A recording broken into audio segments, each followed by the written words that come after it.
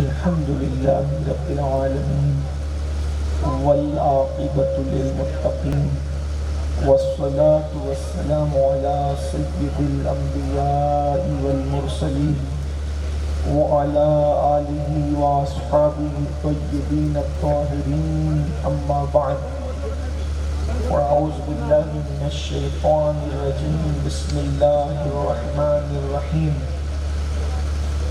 هو الذي أرسل رسوله بالهدى ودين الحق ليظهره على الدين كله ولو كره المشركون صدق الله العظيم غوث اعظم بمنی بے سرو ساما مددے قبلے مددے کعبہ ایمان مددے انتظار کرم تستمن عینی رائے خدا جو خدا بینو خدا دا مددے بگرداب بلا افتاد کشتی ضعیفان و شکستہ رات و کشتی محق خواجہ عثمان ہارون مدد کن یا معین الدین چشتی مدد کن یا معین الدین چشتی مدد کن یا معین الدین چشتی ممبر پر جلوگر لائق ست تکریم واجب الاحترام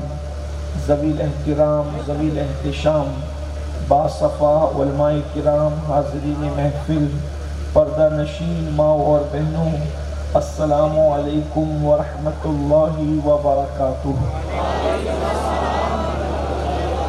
انتہائی احترام و عقیدت کے ساتھ اپنے اور ساری کائنات کے مرکز عقیدت انیس بے کساں چارہ ساز درد منداں ہم غریبوں کے غم گسار ہم فقیروں کی ثروت شہر یار ارم تاجدار حرم نوبہار شفاعت شب اسرا کے دولہا نوشے بزم جنت دانائے سبل مولائے کل ختم الرسل خسرو خوباں سیاح لامکا وجہ کن فکا در اللہ المکنون سر اللہ المخزون عالم ما کانا وما یکون آب و گل انبیاء جانو دل اصفیاء مطلع ہر سعادت مقطع ہر سیادت خلاصہ کائنات فخر موجودات حضور احمد مجتبی محمد مصطفیٰ ارواح نافدہ صلی اللہ تعالی علیہ وآلہ وصحبہ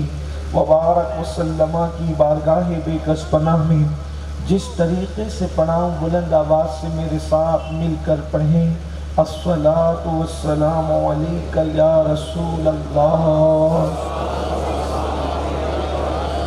الصلاۃ والسلام علیک یا نبی اللہ الصلاۃ والسلام علیک یا حبیب اللہ وعلی آلک واصحابک یا نور اللہ صلی اللہ تعالی علیہ وسلم۔ جو تیرا طفل ہے کامل ہے یا غوث جو تیرا طفل ہے کامل ہے یا غوث طفیلی کا لقب واصل ہے یا غوث اور تیرا ذرہ مہ کامل ہے یا غوث تیرا ذرہ مہ کامل ہے یا غوث تیرا قطرہ یم سائل ہے یا غوث اور تو اپنے وقت کا صدیق اکبر تو اپنے وقت کا صدیق اکبر غنی و حیدر و عادل ہے یا غوث غنی و حیدر و عادل ہے یا غوث اور الوہیت ہی ایک احمد نے نہ پائی الوہیت ہی ایک احمد نے نہ پائی نبوت ہی سے تو عاطل ہے یا غوث نبوت ہی سے تو عاطل ہے یا غوث صحابیت پھر تابعیت پھر آگے قادری منزل ہے یا غوث ہزاروں تابعی سے تو فزوتر ہزاروں تابعی سے تو فزوتر یہ طبقہ مجملاً فاضل ہے یا غوث اور وہ کیا جانے گا فضل مرتضیٰ کو وہ کیا جانے گا فضل مرتضیٰ کو جو تیرے فضل کا جاہل ہے یا غوث جو تیرے فضل کا جاہل یا غوث، اور ہمارا خاتمہ بالخیر ہوگا انشاءاللہ ہمارا خاتمہ بالخیر ہوگا، تیری رحمت اگر شامل ہے یا غوث۔ اور کہا تو نے کہ جو مانگو ملے گا، کہا تو نے کہ جو مانگو ملے گا، رضا تجھ سے تیرا سائل ہے یا غوث، گدا تجھ سے تیرا سائل ہے یا غوث۔ آج کی یہ محفل قطب الاقطاب، غوث الاغواث، سید السادات، شیخ الشیوخ، سیدی غوث الکونین، غیاث عالم سیدنا شیخ عبد القادر جیلانی سرکار بغداد، غوث اعظم رضی اللہ تبارک و تعالیٰ، سلطان الاولیاء، سردار اولیاء، تاجدار اولیاء، ہم سب قادریوں کے پیر، ان کی شان میں یہ محفل کا انعقاد کیا گیا ہے۔ ہمارے گڈو بھائی کے گھر کے افتتاح کے موقع پر یہ محفل منعقد ہونی تھی مگر تاخیر ہوئی، اور خاص طور پر یہ دعوت ان کی والدہ کی طرف سے مجھے ملی تو میں نے اس کو قبول کیا۔ میں دعا کرتا ہوں کہ اللہ پاک گڈو بھائی کا گھر اور ان کے گھر والوں کو سدا شاد و آباد رکھیں، اور ان کے والدین کو، ان کے والد اور والدہ کو اللہ صحت سلامتی درازی عمر بالخیر عطا فرمائے۔ چونکہ 11ویں شریف کا مہینہ ہے اور مرشد سرکار بغداد قطب الاقطاب غوث اعظم رضی اللہ تعالیٰ، یہ غوث اعظم ہمارے وہ بزرگوں میں سے بزرگ ہیں، اولیاء میں، کائنات ولایت میں ان کی یہ شان ہے، ان کا یہ مرتبہ ہے کہ سیدنا خضر علیہ السلام سے بزرگوں کی ملاقات ہوئی تو ان بزرگوں نے پوچھا کہ کیا شیخ عبد القادر جیلانی جیسا ولی آپ کی نظروں نے دیکھا؟ تو سرکار خضر علیہ السلام نے اولیاء کو بتایا کہ عبد القادر جیلانی جیسا ولی نہ ان سے پہلے پیدا ہوا اور نہ قیامت تک کوئی ان کے بعد پیدا ہو سکتا ہے۔ کائنات ولایت میں بے مثال ہستی کا نام شیخ عبد القادر جیلانی ہے۔ ہمارے عقیدے میں، سنیوں کے عقیدے میں غوث اعظم کی شان یہ ہے کہ وہ تقدیر بدلتے ہیں، اللہ نے ان کو تقدیر بدلنے کی شان عطا فرمائی ہے۔ غوث اعظم وہ ہستی ہے جنہوں نے مردوں کو زندہ کیا ہے۔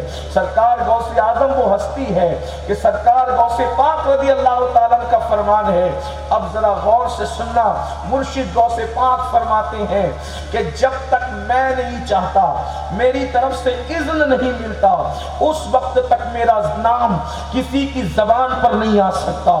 جب میں چاہتا ہوں تب لوگوں کی زبان پر میرا نام آتا ہے، اور جب میرا نام لوگوں کی زبان پر آ جاتا ہے تو اللہ ان کی مصیبتوں کو دور فرما دیتا ہے۔ محقق اللہ شیخ عبداللہ محدث دہلوی لکھتے ہیں کہ سرکار غوث اعظم شیخ عبد القادر جیلانی اس ہستی کا نام ہے جو اپنی قبر انور سے زندوں کی طرح تصرف فرماتے ہیں، زندوں کی طرح تصرف کرتے ہیں۔ اللہ اکبر، یہ شان سرکار غوث اعظم کی ہے۔ آپ ہمارے علماء سے، مشائخ سے، سادات سے، خطبہ سے ان کی شان سنتے ہیں، لیکن آج میں نے سرکار غوث پاک رضی اللہ تعالیٰ کی سب سے بڑی کرامت آپ کے سامنے بیان کرنا ہے۔ ایک ہی کرامت بیان کرنا ہے اور سب سے بڑی کرامت بیان کرنا ہے، اس لیے کہ قادری ہونے کی وجہ سے ہم ان کو بہت کچھ مانتے ہیں، لیکن اور بھی لوگ دنیا میں ہیں۔ اگر میں کہوں کہ وہ پیروں کے پیر تھے تو ممکن ہے کوئی اپنی عقیدتوں کا اظہار اپنے پیر کے بارے میں بھی کہہ دے کہ وہ بھی تو ہمارے کئی پیروں کے پیر ہے، ہو سکتی ہے بات، لیکن پیران پیر کی بات الگ ہے، مگر بات کرنے والے بات کرتے ہیں۔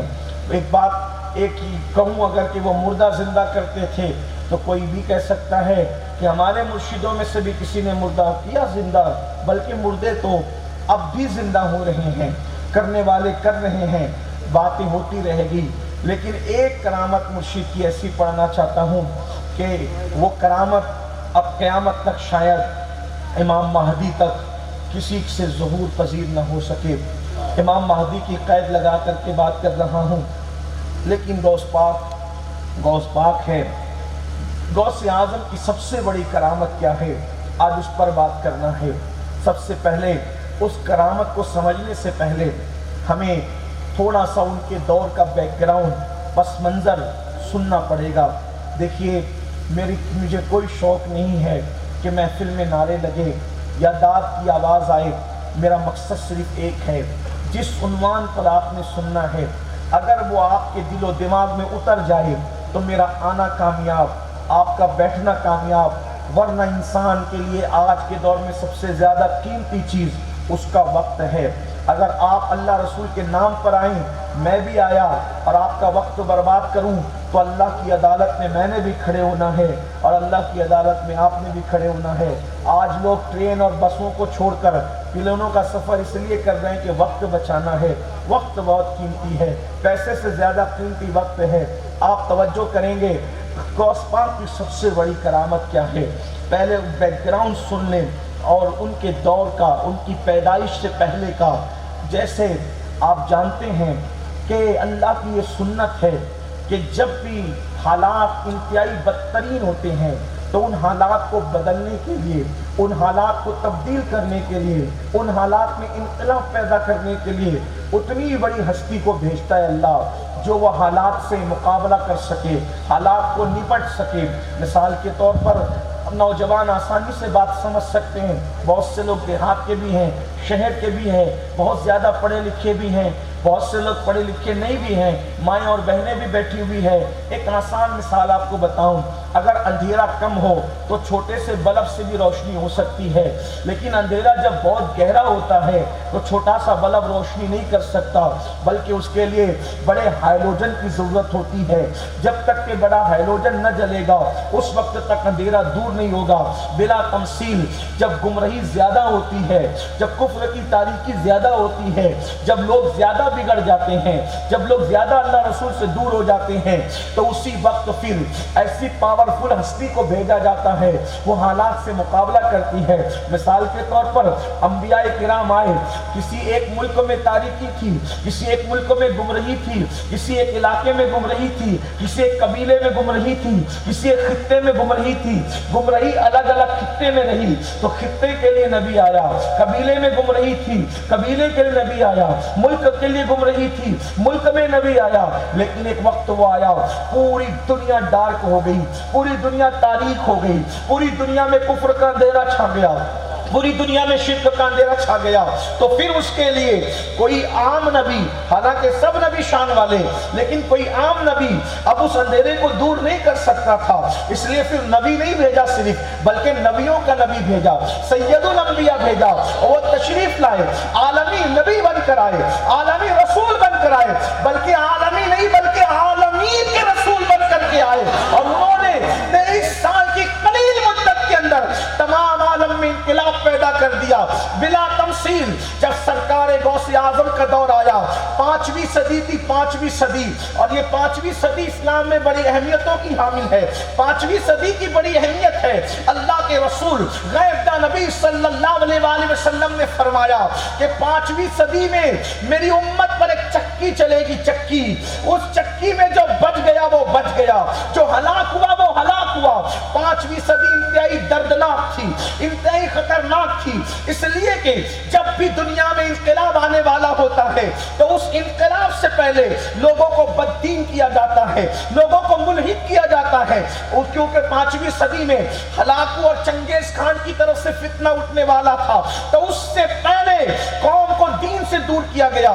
یاد رکھنا، جب بھی قوموں کو ہلاک کیا جاتا ہے ان کی ہلاکت سے پہلے 2 کام کیے جاتے ہیں، یا تو ان کو غریب کیا جاتا ہے یا تو ان کو بے دین کیا جاتا ہے، اس لیے کہ غریب ٹک نہیں سکتا اور بے دین بھی ٹک نہیں سکتا، اس لیے 2 چیزیں کی جاتی ہے، یا تو لوگوں کو غریب کرو یا تو لوگوں کو بے دین کرو۔ میرے آقا صلی اللہ علیہ وآلہ وسلم کے دیوانوں، ایک مشن چلتا ہے، وہ 5ویں صدی میں ہلاکو اور چنگیز خان کا فتنہ رونما ہونے والا تھا، تو باضابطہ طور پر حسن بن سبا نام کا ایک شخص تھا جس نے زمین پہ جنت بنائی تھی، اور اس کا فتنہ باطنیہ تھا۔ اور پھر آپ اندازہ فرمائیں اس دور کا حال یہ تھا، اس دور کی کیفیت یہ تھی، تھوڑا سا اس کا جائزہ لیں آپ، اللہ اکبر۔ اس دور کے مالداروں کا حال یہ تھا، ایک ایک مالدار کے گھر میں 3-3 300 لڑکیاں شراب پلانے والی ہوتی تھی اور 800 لڑکیاں گانے گانے والی ہوتی تھی. ایک ایک مالدار کے گھر کا حال یہ تھا. یعنی کہ مسلم بادشاہوں کے گھر میں یہودی اور عیسائی عورتیں بیوی بن کر کے رہ رہی تھی. یہود و نصارہ کی بچیوں کو, خوبصورت لڑکیوں کو مسلمانوں نے اپنے حرم میں رکھ لیا تھا. اللہ اکبر. حالات یہ تھے, کوئی مسلم بادشاہ یا مالدار ایسا نہ ہو جو زنا میں ڈوب نہ گیا ہو, جو شراب میں ڈوب نہ گیا ہو, جو اللہ کے دین سے دور نہ ہو گیا ہو.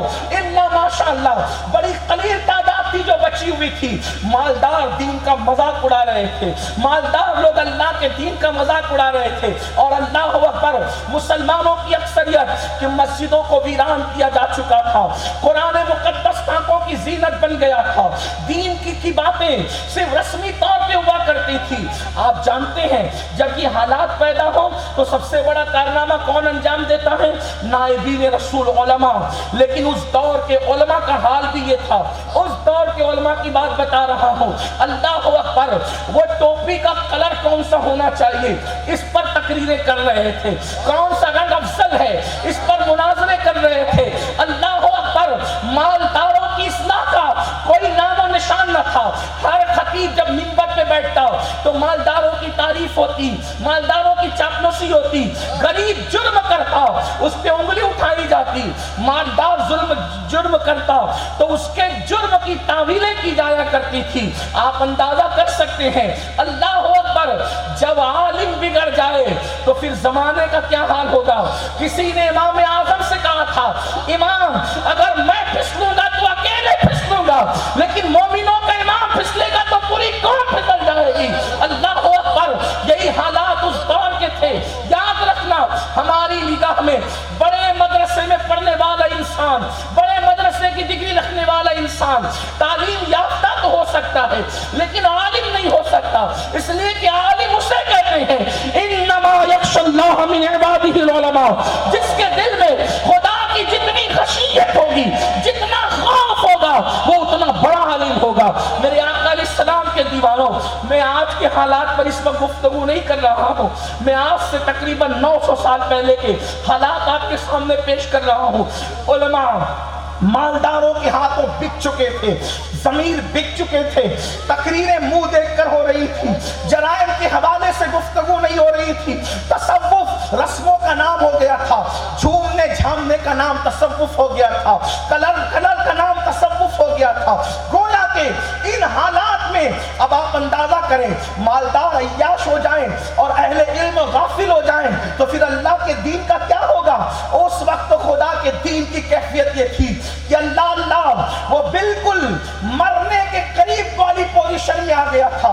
گویا کہ عالم سکرات میں خدا کے دین کو دیکھا جا سکتا تھا. اللہ نے ایسے دور میں ملت بیضا پہ کرم فرمایا اور ان حالات میں جبکہ جبہ و دستار بکے, اہل منبر و محراب بکے, اور جو سچے علماء تھے باطنیوں نے ان کو قتل کر دیا. جو سچے تھے, جو بکنے والے نہیں تھے, ان کو قتل کر دیا اور ان کو قتل کر کے ان کی جگہ عیسائی راہب مسلمانوں کے بھیس میں جبہ و دستار میں امامت پر لگ گئے. یعنی وہ عیسائی تھا اور نماز مسلمانوں کو پڑھا رہا تھا, وہ یہودی تھا اور نماز مسلمانوں کو پڑھا رہا تھا. پھر کیا ہوتا؟ اب آپ اندازہ فرمائے, جو چند بچے تھے وہ بک گئے تھے, اکثر شہید ہو چکے تھے, جو بکنے والے نہ تھے وہ شہید ہو چکے تھے. ان کی جگہ عیسائی لوگ راہب پورے منصوبہ بندی کے ساتھ مسلمانوں کی مسجد میں. اب پہچانے کون؟ نیٹ ورک چل رہا ہے, ادھر مسلمانوں کو گمراہ کر رہے ہیں. کیسے کرتے تھے؟ جب تقریر کرتے تھے تو تقریر میں رسول اللہ کی پوری فضیلت بیان کی اور بیچ میں کوئی شوشہ چھوڑ دیا حضور کے خلاف. اب جاؤ انسان پریشان رہے. آپ اندازہ فرمائیں, منبر و محراب سے اگر کوئی شوشہ چھوڑا جائے تو ہفتہ بھر پھر اسی پر بحث ہوتی رہے, مسلمان آپس میں لڑتے رہے. آپ اندازہ فرمائیں, اگر یہ حالات میں 900 سال پہلے کے پڑھ رہا ہوں, مگر آج کی تاریخ میں اگر ان حالات کو آپ دیکھیں تو ایسا لگتا ہے جیسے ہماری دور کے حالات تھے. اللہ اکبر. آپ نہیں دیکھتے کہ لوگ جمعہ کے اندر رسول اللہ کی سیرت پر بیان بھی کرتے ہیں, پھر علم غیب پر اعتراض بھی ٹھوک دیتے ہیں، ان کے نور ہونے پہ اعتراض بھی ٹھوک دیتے ہیں۔ کہیں ایسا تو نہیں کہ 900 سال پہلے کی تاریخ دہرائی جا رہی ہے؟ مسلمانوں، امت میں فتنہ پروری کہاں سے شروع ہوئی اس کی تاریخ تو دیکھو۔ لیکن بہرحال آج کی ابھی بات نہیں کرتا، وقت ہوگا تو تفسیرات کریں گے، لیکن ابھی نہیں، اس لیے کہ آج مجھے اپنے مرشد کی سب سے بڑی کرامت بیان کرنا ہے۔ اللہ اکبر، اللہ کو ملت بیضا پہ رحم آ گیا، امت محمدیہ پہ رحم آیا، اور اللہ نے اسی دور میں قطب الاقطاب، غوث الاغوار، شیخ الشیوخ، قطب ربانی، محبوب سبحانی، قندیل نورانی، سلطان الاولیاء، سید الاولیاء، غیاث الکونین، سیدنا شیخ عبد القادر جیلانی کو ولیوں کا، صوفیہ کا سلطان بنا کر کے ان کو جلوگر فرمایا۔ ان کی پیدائش یکم ربیع الاول یا شعبان المعظم کی آخری تاریخ کو ہوتی ہے، یا یکم رمضان المبارک، یکم رمضان المبارک یا شعبان المعظم کی آخری تاریخ کو ہوتی ہے، اور آپ کی ولادت باسعادت ہوتی ہے۔ اب وہ لوگ جو روزے سے دور تھے، وہ نماز سے دور تھے، ان کے درمیان جیلان میں حسن کا شہزادہ، حسن کا بیٹا، حسن مجتبیٰ کی نسل اقدس میں ایسا جلوگر ہوتا ہے گلے سرسبز، جس دن پیدا ہوتے ہیں اسی دن طلوع صبح صادق سے لے کر غروب آفتاب تک غوث پاک دودھ نہیں پیتے، اور دودھ نہ پی کر کے بتاتے ہیں، او روزے سے غفلت کرنے والوں، اب وہ آ گیا ہے جو ماں کی گود میں روزہ رکھ رہا ہے، روزے کا اہتمام کروا رہا ہے۔ اللہ اکبر، 30 دن تک یہی معمول رہا۔ آئندہ سال چاند کے معاملے میں اختلاف ہوا، آئندہ سال چاند کے معاملے میں اختلاف ہوا، تو شرفائے جیلان نے مشورہ کیا، چاند ہوا یا نہیں ہوا، رمضان شریف شروع ہوا یا نہیں ہوا؟ تو اس دور کے علماء نے کہا ایک کام کرتے ہیں، ابو صالح موسیٰ جنگی دوست کے گھر چلتے ہیں، پچھلے سال ان کے بیٹے نے پیدا ہو کر پورے مہینے دن کو دودھ نہیں پیا، رات کو دودھ پیتے تھے، اب چل کر کے دیکھ لو، اگر عبد القادر دودھ پیتے ہیں سمجھ جاؤ شعبان ہے، اور دودھ نہیں پیتے تو سمجھ جاؤ کہ رمضان شروع ہو چکا۔ نعرہ تکبیر، نعرہ رسالت، فیضان غوث اعظم، سبحان اللہ سبحان اللہ۔ اہل ظاہر اس کو بڑے کہانی قصے کا نام دے، پڑھنے گڑنے کا نام دے، لیکن یاد رکھیں ہم اہل سنت میں یہ باتیں ثابت ہے اور ہم اس کو مانتے ہیں، الحمدللہ مانتے اور مانتے رہیں گے، دنیا چاہے جدھر چلی جائے۔ اس کے بعد سرکار غوث الاعظم قطب عالم اللہ اکبر غیاث الکونین شیخ عبد القادر جیلانی بچپنا گزر رہا ہے، حالت کیا ہے، کیفیت کیا ہے، اللہ اکبر۔ اب دیکھو رسول اللہ سے کس طریقے سے خدا نے انہیں نسبت عطا کی۔ حضور تو بے مثال ہے، بے مثال ہے، بے مثال ہے، بے مثال ہے۔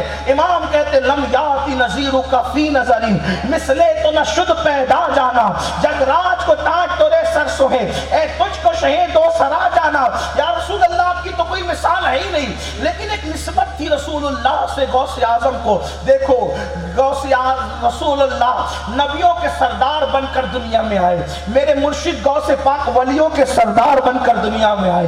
نبوت کی کائنات میں نبی کی کوئی مثال نہیں، ولایت کی کائنات میں غوث اعظم کی کوئی مثال نہیں۔ اللہ اکبر، ابراہیم علیہ السلام کی دعا کا نتیجہ بن کر ہمارے نبی دعائے خلیل بن کر آئے، غوث اعظم اپنے جد امام حسین کی دعا کا نتیجہ بن کر کے آئے۔ اللہ اکبر، رسول اللہ کی آمد سے پہلے تمام نبیوں نے ان کی آمد کی بشارت دی، غوث اعظم کی ولادت سے پہلے ولیوں نے ان کی آمد کی بشارت دی۔ اللہ اکبر، کیا شان ہے سرکار غوث اعظم رضی اللہ تعالیٰ عنہ کی۔ جس سال میرے نبی پیدا ہوئے، جس سال یعنی جس دن میرے نبی پیدا ہوئے، اس پورے سال اللہ نے ہر جگہ بیٹے ہی بیٹے پیدا فرمائے۔ جس دن غوث اعظم کی ولادت ہوئی اس دن پورے علاقے میں بیٹے پیدا ہوئے اور اللہ نے سب کو ولایت عطا فرمائی۔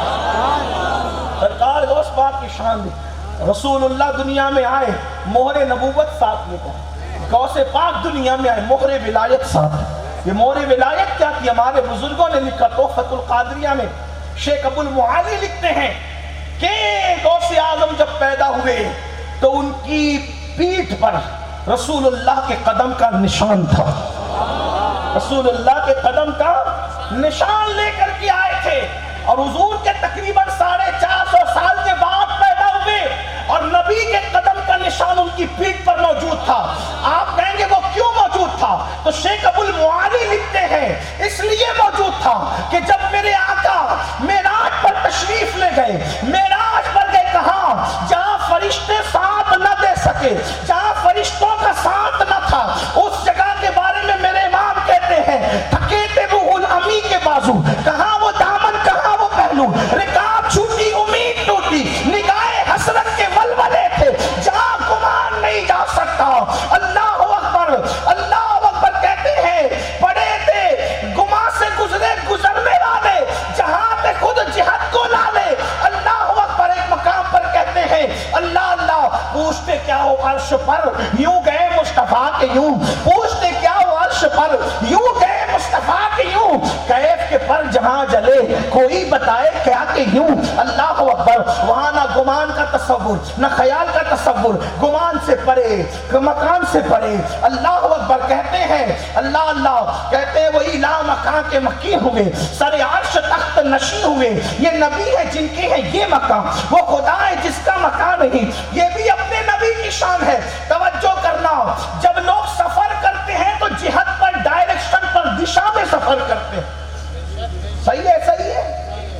جہت ڈائریکشن دشا میں سفر ہوتا ہے. مطلب اجمیر شریف جانا ہے تو جہت اجمیر شریف کی ہوگی، ڈائریکشن اجمیر شریف کا ہوگا، دشا اجمیر شریف کی ہوگی. صحیح ہے. اگر کوئی اجمیر شریف کی دشا کو چھوڑ کر ممبئی کی دشا میں جائے تو اجمیر شریف پہنچ سکتا ہے؟ بولو.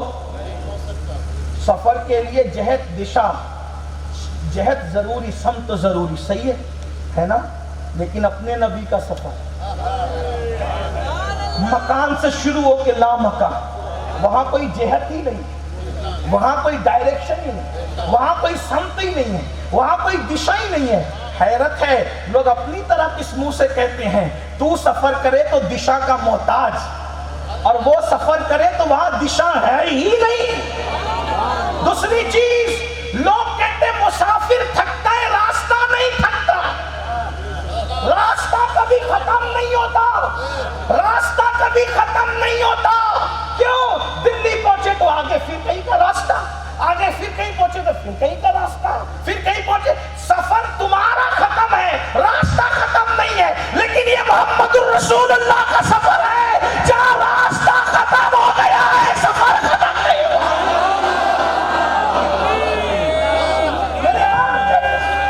نعرہ رسالت جشن غوث الورا. میرے امام کہتے کسرے دما تک کس کی رسائی، جاتے یہ ہیں آتے یہ ہیں جاتے یہ ہیں. مکان سے لا مکان تک جس کا سفر، بلکہ یوں کہہ دو مخلوق سے خالق تک جس کا سفر، مخلوق سے خالق تک جس کا سفر ہے. جو سمجھ رہے سمجھ رہے، جو نہیں سمجھ رہے ان کو میں بتا، یہ سفر معراج ہے. آپ سمجھے کچھ؟ یہ سفر ہے. آپ کہیں گے یہ حضور کا ذکر کیوں آیا؟ میں نے کہا حضور کے ذکر کے بغیر کسی کا ذکر ہی مکمل نہیں، بلکہ خدا بھی نبی کے ذکر کے بغیر اپنا ذکر قبول نہیں فرماتا. اللہ کے ذکر کی قبولیت حضور کے ذکر کی برکت سے ہے. اسی لیے میرے امام کہتے ذکر خدا جو ان سے جدا چاہو نجدیو، واللہ ذکر حق نہیں کنجی سفر کی ہے. حضور ہم کیسے نصیب والے، ربیع الاول ختم ہوتا ہے، ربیع الاخر شروع ہوتا ہے، نہیں شروع ہوتا. نانا کا مہینہ مکمل ہوا، نواسے کا مہینہ شروع ہوا. کتنی برکتیں ہیں.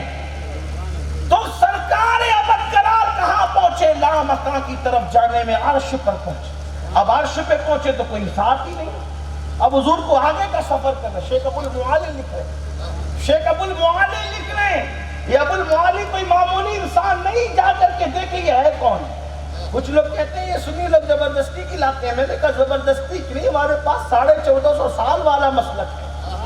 دین ہمارا اتنا پرانا ہے. 1857 بعد والے ہے ہی نہیں. 1857 کے بعد انگریزوں کی میز سے جن کو دین ملا، پتہ نہیں ان کے یہاں کیا ہے کیا نہیں ہے. ہمارے یہاں تو سب موجود ہے. زندگیاں ختم ہوگی، ہمارے یہاں مضامین ختم نہیں ہوں گے. لیکن توجہ فرمائیں، عرش پر رسول اللہ کی تشریف آوری ہوتی ہے اور بلندی پہ جانا ہے. ایسے میں اللہ کے رسول علیہ السلام کو عروج کرنا ہے, معراج کی طرف بڑھنا ہے. حضور دیکھتے خوبصورت نورانی چہرہ, وہاں حضور اپنے سوا کسی اور کو بھی دیکھتے, لیکن وہ فرق کیا تھا, حضور جسم کے ساتھ تھے اور وہ روح کے ساتھ. اب یہاں بھی کچھ لوگوں کو تکلیف ہوتی, وہ کیسے پہنچے؟ میں نے کہا حدیث ہے, توجہ آپ کی, حدیث پیش کرم. جو مسلمان وضو کر کے سوتا ہے, توجہ, جو مسلمان وضو کر کے سوتا ہے اس کی روح کو فرشتے نکال کے لے جاتے ہیں اور وہ عرش کے نیچے رات بھر سجدے میں رہتی ہے. اور تو وضو کر لے تو تیری روح سجدے عرش کے نیچے تک روز جائے. اب لوگ کہتے ہیں سنی کرامت پڑھتے بیچ میں حدیث نہیں پڑھتے. میں نے کہا حدیث بھی سن لو. جب تو باوضو سوئے تو تیری روح وضو کی برکت سے عرش کے نیچے تک جائے. ارے اور جھوٹے تو دن کو جھوٹ بھی بول رہا ہے, غیبت بھی کر رہا ہے, چغلی بھی کر رہا ہے, حرام بھی کھا رہا ہے, لیکن وضو کی برکت یہ ملی کہ تیری روح عرش کے نیچے تک گئی. جب روزانہ تیری عرش کے نیچے تک جا سکتی ہے, اگر عرش کے اوپر غوث پاک کی روح چلی گئی تو تجھے تکلیف کس بات؟ نعرہ تکبیر. حدیث ہے, بات تو حدیث کی ہے, حدیث پیش کر رہے ہیں. بولو یہ سب مانتے کہ نہیں کہ روح عرش کے نیچے تک؟ اب کس کی جاتی ہے, سچائی کیا ہے یہ تو اللہ جانتا ہے. مومنوں کی جاتی ہے, معترضوں کی نہیں جاتی. ہاں, اور مومن کہتے اس کو ہے جو مانتا ہے. مومن کا مطلب ہوتا ہے ماننے والا, منکر کا مطلب ہوتا ہے کافر. کافر کا ایک معنی منکر بھی ہے. ہاں, اگرچہ اس کی اصطلاح الگ ہے, لیکن قرآن نے خود کہا وَاشْكُرُونِي وَلَا تَكْفُرُونَ, شکر کرو کفر نہ کرو. مفسرین کہتے ہیں یا کفر سے مراد وہ کفر نہیں ہے جو عام عرف میں لوگ کفر کہتے ہیں, بلکہ جب شکر کے مقابلے میں کفر آیا تب یہاں ناشکری آ گیا. یہی تو عربی زبان کی فصاحت ہے کہ ایک ایک لفظ کہیں کہیں معنی میں استعمال ہو سکتا. اسی لیے سعودی سے ریٹن آ کے قرآن کا ترجمہ نہیں ہو سکتا جب تک کہ 1400 سال کی تفسیر پر نظر نہ ہو, ورنہ معنی کچھ کا کچھ کر دے گا. وَاشْكُرُونِي کے بعد تکفرون جو آیا, پھر وہاں ناشکری ترجمہ کیا گیا یا پھر انکار ترجمہ کیا گیا. لیکن مطلقاً کفر اکثر و بیشتر لوگوں نے نہیں لیا. جنہوں نے لیا وہ ان کے پاس دلیل بھی ہوگی, لیکن ہم تو اتنا ہی جانتے ہیں شکر کرو کفر. کفر کا مطلب انکار نہ کرو, ناشکری نہ کرو. تو بات بہرحال عرض کر رہا ہوں, مومن تو کہتے ماننے والے کو, اور روح مومن کی جاتی ہے نیچے. تو جو مومن اپنی روح جانا مانتا ہے تو وہ تو غوث پاک کو اعتراض ہی نہیں کرتا. جو کرتے وہ خود جانے کون ہے وہ. لیکن میں عرض یہ کر رہا تھا کہ رسول اللہ صلی اللہ علیہ وآلہ وسلم نے کسی کی روح دیکھی اور اس نے کہا یا رسول اللہ میرا کانڈا آپ کے لیے حاضر ہے. حضور نے کندھے پر قدم رکھا اور قدم رکھ کے حضور بلندی پر گئے. کوئی حد ہے ان کے عروج کی, بلغ العلا پہ کما نہیں. جب پہنچے وہ بلندیوں پر کسی کے کندھے پہ قدم رکھ کے, تو عرش کی مولا یہ جوان کون ہے جس کی طرف میرا دل کھنچتا ہے. ارشاد ہوتا ہے محبوب یہ تیرے بیٹوں میں ایک بیٹا ہے, اس کو عبدالقادر جیلانی کہتے ہیں, جو نبیوں میں تجھے مقام عطا کیا ہے, ولیوں میں اس کو یہ مقام عطا فرمایا.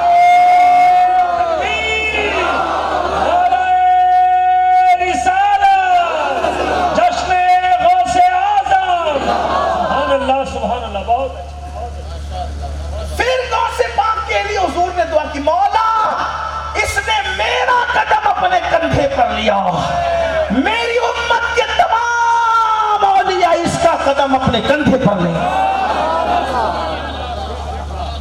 میرے امام کہتے ہیں سر بھلا کیا کوئی جانے کہ ہے کیسا تیرا, سر بھلا کیا کوئی جانے کہ ہے کیسا کیسا تیرا، اولیاء ملتے ہیں آنکھیں وہ ہے تلوا تیرا، اولیاء ملتے ہیں آنکھیں وہ ہے تلوا تیرا۔ میں تو لوگوں کو کہتا ہوں کوئی غوث پاک کو مان کے دیکھے سچے دل سے۔ میرے غوث فرماتے ہیں جو مذاق اڑاتے ہیں وہ اڑاتے رہے، ان کی اپنی مرضی، لیکن آپ مان کے دیکھیں سچے دل سے، مان کے دیکھیں جس دن ان کو اللہ کے لیے۔ غوث پاک کہتے ہیں میرے ماننے والے کو میں ٹھوکر لگنے نہیں دیتا، یہ اللہ نے انہیں قوت دی ہے۔ ہم مانتے ہیں لوگ مذاق اڑاتے رہے، وہ ان کا اپنی طبیعت ہے، لیکن غوث پاک کہتے ہیں اگر میرے ماننے والے کو، میرے مرید کو ٹھوکر لگے اور وہ گرنے لگتا ہے میں اس کو تھام لیتا ہوں۔ فرماتے ہیں میرے مرید پر میرا سایہ ایسے جیسے آسمان کا سایہ زمین پر۔ آپ سمجھتے ہیں کیا ولیوں کو اور ولیوں کی طاقت کو؟ کیا لوگ کہتے ہیں یہ کیسے کام آ سکتے ہیں؟ میں نے کہا قرآن کہتا ہے، قرآن کہتا ہے الاخلاء یومئذ بعضهم لبعض عدو الا المتقین۔ قیامت کے دن سب تمہارے گہرے دوست و دشمن ہو جائیں گے، متقی لوگ کام آئیں گے۔ کون کہتا ہے؟ قرآن۔ قرآن کہہ رہے کون کام آئے گا قیامت میں؟ اماں نہیں، ابا نہیں، دادا نہیں، دادی نہیں، رشتہ دار نہیں، اولاد نہیں، دوست نہیں، کون؟ الا المتقین، متقی لوگ کام آئیں گے۔ اللہ یہ متقی کون ہے؟ تو پھر آگے قرآن ایک جگہ پہ بیان کرتا ہے ان اولیاءہ الا المتقون، میرے ولی لوگ ہی تو متقی ہوا کرتے ہیں۔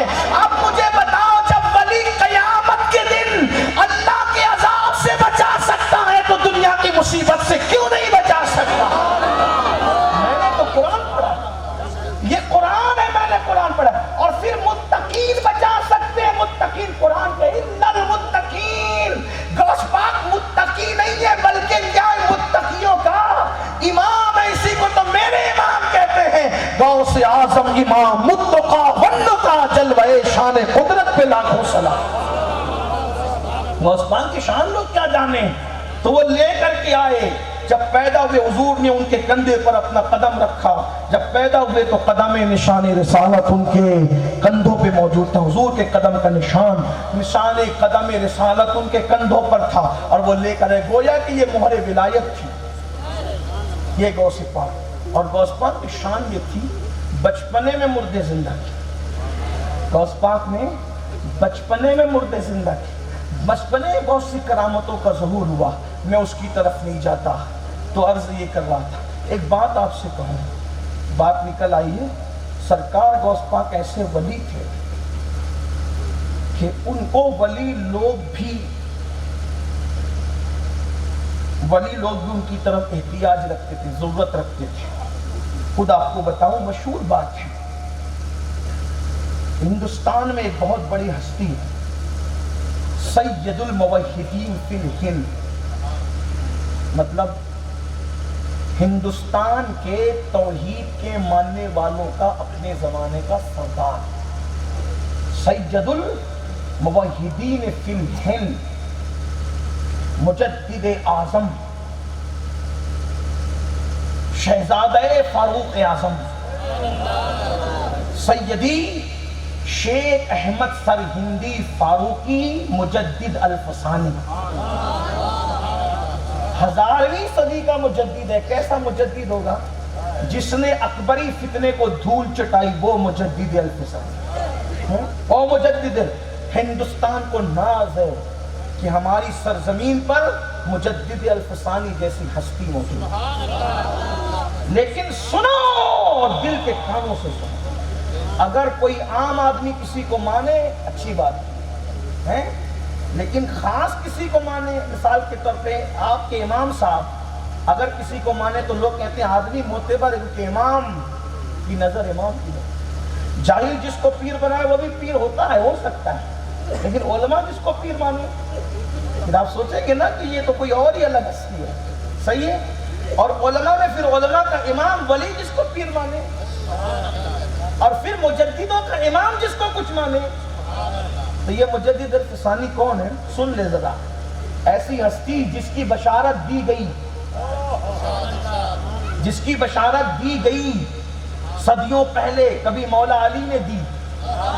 آج میرا عنوان مجدد الفسانی نہیں، خیر سے میں چونکہ ہوں قادری، لیکن خلافتوں کے اعتبار سے چشتی بھی ہوں، نقشبندی بھی ہوں، سہروردی بھی ہوں، رفائی بھی ہوں، ہاں نسبتیں بڑی میرے پاس ان آقاؤں کے صدقے میں، حالانکہ تھا اس قابل نہیں، لیکن بڑوں نے کرم فرما کر کے رکھ دیا۔ اب میں یہ سوچتا ہوں کہ جس نے رکھا وہ اٹھانے کی طاقت بھی دیں گے، سنبھالنے کی قوت بھی دیں گے۔ حالانکہ میری اوقات نہیں، یہ جتنے زمین پہ بیٹھے ہیں میں ان کے جوتے کے تلووں میں رہنے کے قابل بھی نہیں اپنے عمل کے اعتبار سے، میرے اعمال اتنے خراب ہیں، لیکن میں جن کا ماننے والا ہوں، میں نیوا میرا مرشد اونچا، میں نیوا میرا مرشد اونچا، اونچیاں سنگ نبھائی۔ ہم بڑے چھوٹے چھوٹے ہیں، لیکن جن کے ماننے والے نام لے ہوئے وہ بہت بڑے لوگ، ان کی نسبتوں پہ ناز ہے۔ قادری ہوں شکر ہے رب قدیر کا، قادری ہوں شکر ہے رب قدیر کا، دامن ہے میرے ہاتھ میں پیران پیر کا۔ لوگ مجھ سے کہتے ہیں تو جس ولی کی شان پڑھتا ہے بڑے دل سے پڑھتا ہے، میں نے کہا خیر سے میں ان سب سے وابستہ ہوں، اس لیے جس کو پڑھتا ہوں اپنا مرشد ہی سمجھ کے پڑھتا ہوں، کیونکہ ہے میرا مرشد۔ ہاں تو مجدد الفسانی کے ہمارے مرشد ہیں، کیونکہ ہم نقشبندی بھی ہیں اس اعتبار سے کہ اس سلسلے کی خلافت موجود ہے۔ ہاں تو اس لیے ہم تو سوچ بھی نہیں سکتے۔ ایک مرتبہ کہیں جگہ تو وہاں دیکھا کہ کچھ لوگ قادری تھے کچھ رفائی تھے، اور مجھے بیان کرنے کے لیے بٹھایا تو میں نے قادریت اور رفائیت کو دونوں کو بیان کیا۔ تو کچھ لوگوں سوچے کہ تو قادری ہے کہ رفائی، میں نے کہا میں دونوں، اس لیے کہ ولی سے ادنا سی دشمنی خدا کے اعلان جنگ کو قبول کرنے کے برابر ہے۔ تو یہ لوگ بڑی بات کرتے، قادری، رفائی، رضوی، اشرفی، چشتی، نقشبندی، یہ کیا جھگڑا لگا رکھا ہے؟ غریب نواز نہ آتے تو تیرا باپ مسلمان نہ ہوتا، تو کیا بات کرتا ہے؟ 90 لاکھ کو مسلمان بنایا۔ ہم کہتے ہیں ہندوستان میں کوئی کسی سلسلے کا ہو، غریب نواز کا احسان اس کے سر پہ بھی، اس کے باپ کے سر پہ بھی، اس کے دادا کے سر پہ، اس کے لکڑ دادا کے سر پہ بھی۔ ہاں ہندوستان غریب نواز کی جاگیر ہے، جاگیر، اور وہ بال اتفاق ہند کے بادشاہ ہے۔ ہمیں مدینے والے کا پتہ نہ ملتا اگر غریب نواز کی محنتیں نہ ہو، ہمیں بغداد کی خبر نہ ہوتی غریب نواز کی محنتیں۔ ہم جو کچھ ہے، قادری ہے، نقشبندی ہے، سروردی ہے، رفائی، کچھ ہے، ہم غریب نواز کے رہنے منت ہے، اور ہمیں فخر ہے غریب نواز کے احسان پہ۔ ہم ان کے احسان، ہمارے بادشاہ ہو 5 سال کے لیے کوئی بھی اٹھے بیٹھے، ہم اس کو کیا گنتے ہیں؟ ہم تو یہ کہتے ہیں ہمیں جانو ہمارا بادشاہ غریب نواز ہندوستان والا راجہ ہے، اس لیے کہ کسی کو اوٹ بادشاہ بناتی ہے، غریب نواز کو مدینے کی سرکار نے بادشاہ بنایا، اور جب تک چاند و سورج نکلتے ڈوبتے رہیں گے غریب نواز کی ہندوستان پر حکومت رہے گی۔ حکومت وقت یاد رکھے یہاں تو کل دوسرا رہے گا، زمین ہندوستان کا راجہ ہمارا خواجہ سدا رہے۔ آپ کسی سلسلے کے مرید ہیں، یہ سبق یاد رکھنا، اگر ہندوستان میں رہتے ہو تو پہلے ہم چشتی ہے بعد میں سکتی، اتنا یاد رکھنا۔ چشتیت پناہ اٹھائی تو سمجھ لینا غوث پاک بھی پناہ نہیں دیں گے، مجدد الفسانی بھی پناہ نہیں دیں گے، خواجہ باقی باللہ بھی پناہ نہیں دیں گے۔ اس لیے چشتیت آنکھ میں نہیں گڑنا چاہیے چاہے کسی سلسلے کو۔ مجھ جیسا قادری، ہم کہتے ہیں ہم پہلے ہندوستان میں ہے تو پہلے چشتی ہے بعد میں قادری، اور جس کا اپنا اپنا ذوق ہے، جس کو ہم جانتے ہیں کہ غوث پاک کا پتہ بھی ملا ہمیں غریب نواز کی وجہ سے، مدینے والے کا پتہ ملا غریب، جو یہاں ہے سب غریب نواز کی محنت ہے۔ جب جہاں کسی دیہات میں بھی اذان بلند ہوگی تو وہ غریب نواز کی بارگاہ میں خراج پیش ہوگا، ان کی محنتیں ہے تو ہیں۔ بہرحال بات دور نکلتی ہے، اصل عنوان پہ آنا ہے۔ ایک بات سن لے پھر آگے بڑھتے ہیں۔ مجدد الفسانی، ان کے 2 شہزادے ایک عالم کے پاس پڑھتے ہیں۔ مجدد صاحب جب وہ عالم صاحب آتے تو ان کی طرف توجہ نہیں کرتے۔ کون مجدد؟ مجدد الفسانی، الفسانی سرکار مجدد الفسانی، آج بھی ان کے مزار پر ایسی ہیبت اور رعب ہے کہ دیکھنے والے کے رونگٹے کھڑے ہو جاتے ہیں۔ جس کو نظر ہے جا کر کے دیکھے وہاں برستا کیا ہے، اگر خدا نے نظر دیے تو جا کر دیکھو وہاں برستا کیا ہے۔ اقبال جیسا بندہ گیا تو حیران ہو گیا۔ ڈاکٹر اقبال نے جو خراج پیش کیا ہے وہ ان کا اپنا حصہ ہے۔ بہرحال ہند میں وہ ملت بیضا کا نگہبان، اس طرح کے الفاظ انہوں نے کہے ہیں جو مجھے اس وقت میرے ذہن میں نہیں آ رہے ہیں۔ بہرحال انہوں نے بڑا خراج پیش کیا ہے قلندر لاہوری نے۔ مجدد صاحب کے شہزادے ایک عالم کے پاس پڑھتے ہیں، مجدد صاحب توجہ نہیں کرتے۔ شہزادوں نے کہا بابا آپ ہمارے استاد پہ متوجہ نہیں ہیں۔ فرمایا بیٹا تمہارے استاد کی پیشانی پہ لکھا دیکھتا ہوں کہ اس کا خاتمہ اچھا نہیں ہوگا۔ اللہ سے ڈرتے رہو، نماز پڑھو، روزہ رکھو، حج کرو، ساری بات کرو، لیکن اللہ سے ڈرتے رہو۔ کس کا خاتمہ اچھا ہوگا کس کا نہیں ہوگا یہ میرے اللہ کی مرضی پر ہے۔ شراب خانے میں جو آج بیٹھا ہے ممکن ہے اس کا خاتمہ اچھا ہو، اور منبر پہ جو بیٹھا ہے ممکن ہے اس کا خاتمہ خراب ہو۔ یہ اس کی اپنی شان ہے، وہ بے نیاز ہے، وہ بے نیاز ہے، وہ بے نیاز ہے۔ اچھی طرح یاد رکھنا، اچھی طرح یاد رکھنا، صحابی کے گھر میں کسی جہنمی کو پیدا کر دیتا ہے، اور کسی جہنمی کے گھر میں صحابی پیدا کر دیتا ہے۔ صحابی کے گھر میں جہنمی پیدا ہو رہا ہے، جہنمی کے گھر میں صحابی پیدا ہو رہا ہے۔ آپ کہیں گے وہ کیسے؟ ابو جہل جیسے جہنمی کے گھر میں اکرمہ جیسا صحابی پیدا ہو رہا ہے۔ امیر معاویہ صحابی کے گھر میں یزید جیسا جہنمی پیدا ہو رہا ہے۔ اللہ کی شان، اللہ کی شان۔ حضرت امیر معاویہ صحابی، صحابی حضور کے صحابی، حضور کے سالے، اور بیٹا اور ابو جہل اتنا گندا، اور اس کے گھر میں صحابی حضرت اکرمہ ابن ابو جہل۔ یہ اللہ کی شان ہے۔ ایمان پہ خاتمے کے لیے ڈرتے رہا کرو۔ تو عرض کر رہا تھا، مجدد صاحب نے کہا تمہارا استاد خیر سے محروم۔ شہزادوں نے کہا بابا آپ جیسا بابا جس کا ہو اس کا استاد بھی خیر سے محروم۔ فرمایا بیٹا تقدیر تو میں نے پڑھ لی، لیکن یہ بدلنا، جس منزل کی یہ تقدیر ہے، میں جس منزل کی اس کی بات نہیں کرتا، عوام کو الجھاتا نہیں، لیکن اتنا کہتا ہوں جس منزل کی یہ تقدیر ہے اس کو پڑھنا میرا کام ہے، بدلنا میرا کام نہیں ہے۔ کہ پھر اس کو کون بدلے گا؟ کہ اس کو کوئی بدل سکتا ہے تو شیخ عبد القادر جیلانی بدل سکتا ہے۔ یہ کام انہی کا ہے، یہ کام انہی کا ہے، وہ یہ کام کر سکتے ہیں۔ اللہ اکبر۔ عسکر فرماتے ہیں میں عرض کروں گا ان سے، میں ان سے عرض کروں گا، اگر وہ توجہ کرے تو تمہارے استاد کا کام بن سکتا ہے۔ اب مجدد صاحب ہے کب کے؟ 1000ویں صدی کے۔ غوث پاک کو وصال فرمائے کتنے سال ہو گئے؟ 500 سال، 500 سال ہو گئے۔ اور مجدد صاحب ہے کہاں رہتے؟ ہندوستان کے سرہند میں۔ غوث پاک کا مزار کہاں ہے؟ بغداد میں۔ مطلب یہ ہے کہ سچے نقش بندی وہی ہے جو یہ عقیدہ رکھتے ہیں ہم یہاں سے پکارے وہاں وہ سنیں۔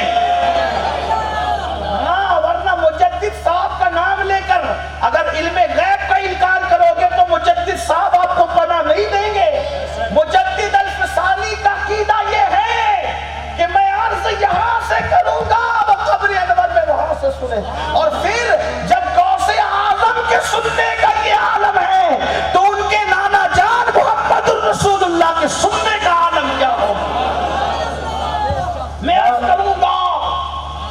کروں گا اگر انہوں نے توجہ کی تو تیرے استاد کا کام بن جائے گا۔ پھر عرض کیا، اور پھر بعد میں استاد آیا تو مجدد صاحب نے اس کا رسپیکٹ کیا۔ اب بچوں نے جانے کے بعد کہا بابا آج رنگ بدلا ہوا تھا۔ فرمایا میں نے غوث پاک سے عرضی لگائی تھی، انہوں نے توجہ فرمائی، تمہارے استاد کی بدبختی کو اللہ نے نیک بختی میں تبدیل فرما دیا۔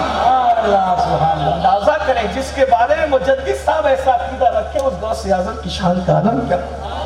تو بات دور نکلی، میں عرض یہ کر رہا تھا کوئی ان کو مان کے دیکھے پھر اس کی برکتیں دیکھے۔ یہ دلوں کی بات ہے، دلوں کے حالات ہے۔ اصل عنوان کیا ہے؟ یہ ایسی شان والی ہستی کو اللہ نے اس دور میں پیدا کیا جب اللہ کا دین سسکیاں لے رہا تھا، جب اللہ کا دین اللہ اکبر گویا کہ مٹنے کے قریب تھا۔ مجازی طور پہ کہا جاتا ہے کہ مردنی حالت میں تھا، موت کی حالت میں تھا۔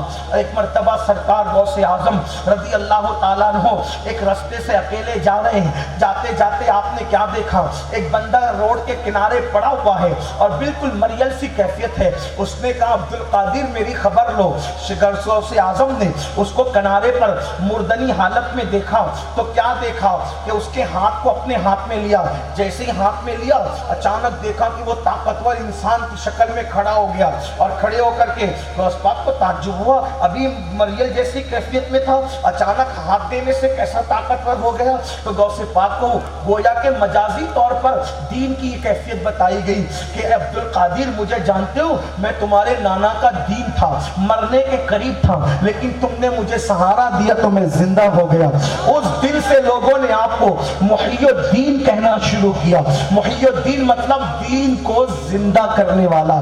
اب آپ مجھے بتائیں، جو مردوں کو زندہ کرے اس کو ولی کہتے ہیں، اور جو اللہ کے دین کو زندہ کرے وہ محی الدین کو ولیوں کا ولی شیخ عبد القادر جیلانی کہتے ہیں۔ نعرہ تکبیر۔ اب کوئی مردہ زندہ کرنے والا ولی تو دنیا میں آ سکتا ہے، لیکن محی الدین اب کوئی دنیا میں نہیں آ سکتا، کیونکہ محی الدین یہ میرے مرشد غوث اعظم کی شان اور ان کا مقام ہے۔ تو دین زندہ کیسے کیا؟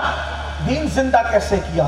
جب یہ حالات پیدا ہوئے، وہی شراب میں نے جو عرض کیا، باطنی فرقہ، اور وہ جو عیسائی مسجدوں کے اندر راہب علماء بن کر منبروں پر کھڑے ہو گئے، یہ سب کچھ کیا۔ سرکار غوث پاک نے کس طرح اللہ کے دین کو زندہ کیا؟ درخت کی پتیاں کھائی۔ سرکار غوث اعظم کی گردن درخت کی پتیاں کھانے کی وجہ سے ہری ہو گئی۔ درخت کی پتیاں، آپ لوگوں کو مرغی کھانے والا واقعہ یاد ہے؟ آپ کو اور ہمیں درخت کی پتیاں کھانے والا واقعہ یاد ہے۔ غوث پاک کہتے ہیں کہ میں جب پڑھتا تھا تو میں کھانے کو نہیں ہوتا تھا تو جنگل میں جاتا تھا، درخت کی پتیاں ڈھونڈتا تھا، کبھی دیکھتا تھا کہ وہاں تو پہلے سے لوگ درخت کی پتیاں چننے میں لگے ہیں تو میں ان کے حال پہ ان کو چھوڑ کر کے پھر کہیں اور جاتا تھا۔ سرکار غوث پاک فرماتے ہیں میری زندگی کے 36 سال بغداد کے جنگلوں میں ایسے گزرے کہ نہ کوئی مجھے جانتا تھا نہ میں ان کو جانتا تھا، نہ کوئی مجھے جانتا تھا نہ کوئی میں کسی کو جانتا تھا، حتیٰ کہ میں بغیر کھائے بغیر پیے بے ہوش ہو کے زمین پہ گر جاتا تو چرواہے لکڑہارے مجھے مردہ سمجھ کے اٹھا کے لاوارث میت کی شکل میں لے جاتے، اور لاوارث میت کو جو غسل دیا جاتا ہے تو غسل دینے کے لیے پانی ڈالتے تو میں آنکھ کھول کے پوچھتا کیا ہو گیا، اور پھر مستانہ نعرہ مار کر میں جنگلوں میں چلا جاتا۔ اپنی شخصیت کو بنانے کے لیے غوث پاک نے اتنی محنت کی۔ آج لوگ بڑی آسانی سے ولی بننا چاہتے ہیں، نرم گدوں پہ لیٹ کر ہاتھ میں صرف تسبیح لے کر کے ولایت چاہتے ہیں۔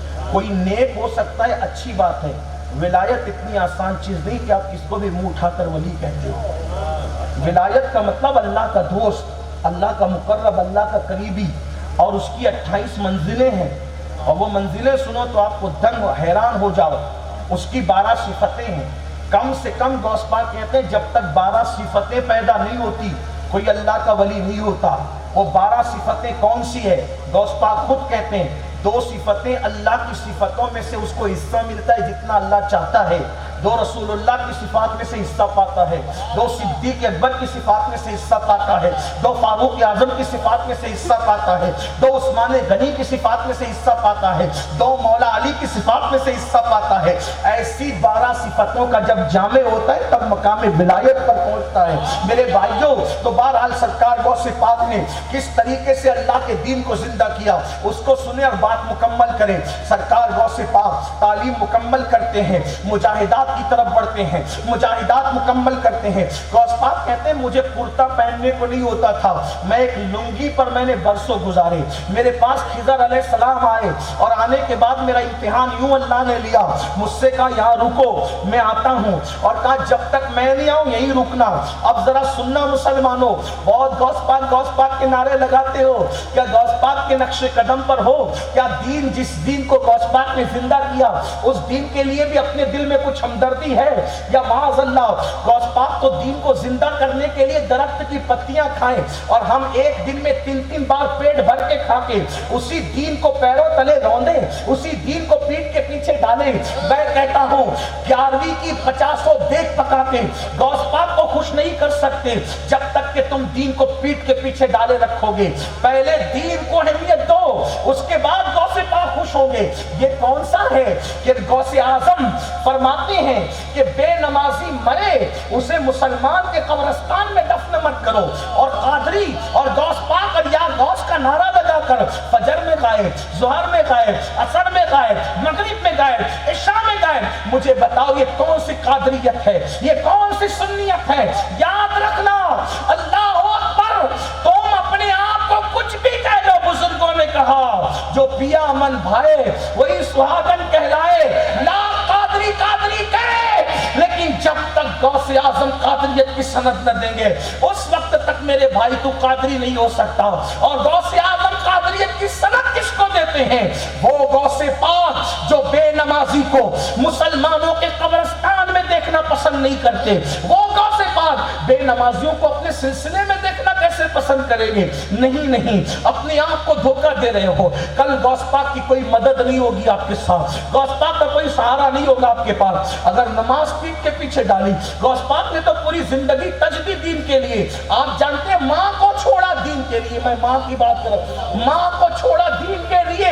ماں کسے کہتے ہیں؟ ماں، تمہاری اور میری ماں اتنی قیمتی ہے، غوث پاک کی ماں کتنی قیمتی ہوگی؟ واللہ وہ تو ایسی ماں تھی، اس نے کبھی کسی اجنبی کا چہرہ نہیں دیکھا، وہ ایسی مقدس ماں تھی، اپنے بابا کی چوکھٹ انگال کر کبھی اس نے آنگن نہیں دیکھا، وہ ایسی مقدس ماں تھی، کبھی زندگی میں انہوں نے جو وہ غیبت نہیں سنی، زبان سے کبھی جھوٹ نہیں بولا۔ یہ ان کی مقدس ماں تھی جن کا لقب ام الخیر فاطمہ ہے۔ اللہ اکبر، ایسی مقدس ماں تھی، ایسی ماں کو غوث پاک چھوڑ رہے۔ امی میں نے بغداد جانا ہے، لوگ کہتے وہ کہہ رہے تھے کہ میں علم حاصل کرنے کے لیے جاؤں، بالکل یہی کہا تھا، لیکن اس وقت یہی کہنا مناسب تھا کیونکہ آگے کی بات راز میں رکھی جاتی کی نہیں جاتی۔ ہاں، جیسے قرآن میں سبحان الذی اسری بعبدہ لیلا من المسجد الحرام الی المسجد الاقصی، کیا کہا؟ ہم لے گئے راتوں رات، کہاں؟ اپنے محبوب کو، بندہ خاص کو، مسجد حرام سے مسجد اقصی۔ اللہ تو لامکان تک لے گیا، پھر مسجد اقصی تک کیوں کہا؟ شروع میں ایسے ہی کہا ہے، کیونکہ بات سب سنتے ہیں، عقل والے بھی تو عقل کے ترازو پر تولیں گے۔ اقصی تک بات کی تو آج تک لوگ اقصی تک اٹکے ہوئے، وہ تو اقصی تک گئے، اقصی تک گئے۔ میں نے کہا بات تو سنو، جب کافروں کو کہنا تھا، جب کافروں کو کہنا تھا تو ان سے اقصی تک بات کی، کیوں؟ کیونکہ جس کی جتنی عقل ہے اس کو اتنی بات کرنی۔ کافر کی رسائی اقصی تک تھی تو ان کو اقصی تک کی بات کہی گئی، صحیح؟ لیکن جب ابو بکر و عمر کے درمیان کہنی تھی تو ثم دنا فتدلى فكان قاب قوسين او ادنى، مطلب جو جتنا سمجھے گا بات اس کو اتنی بتاؤ۔ اگر آپ کو نہیں سمجھ میں آتی تو دیکھو میں آپ کو بتاتا ہوں۔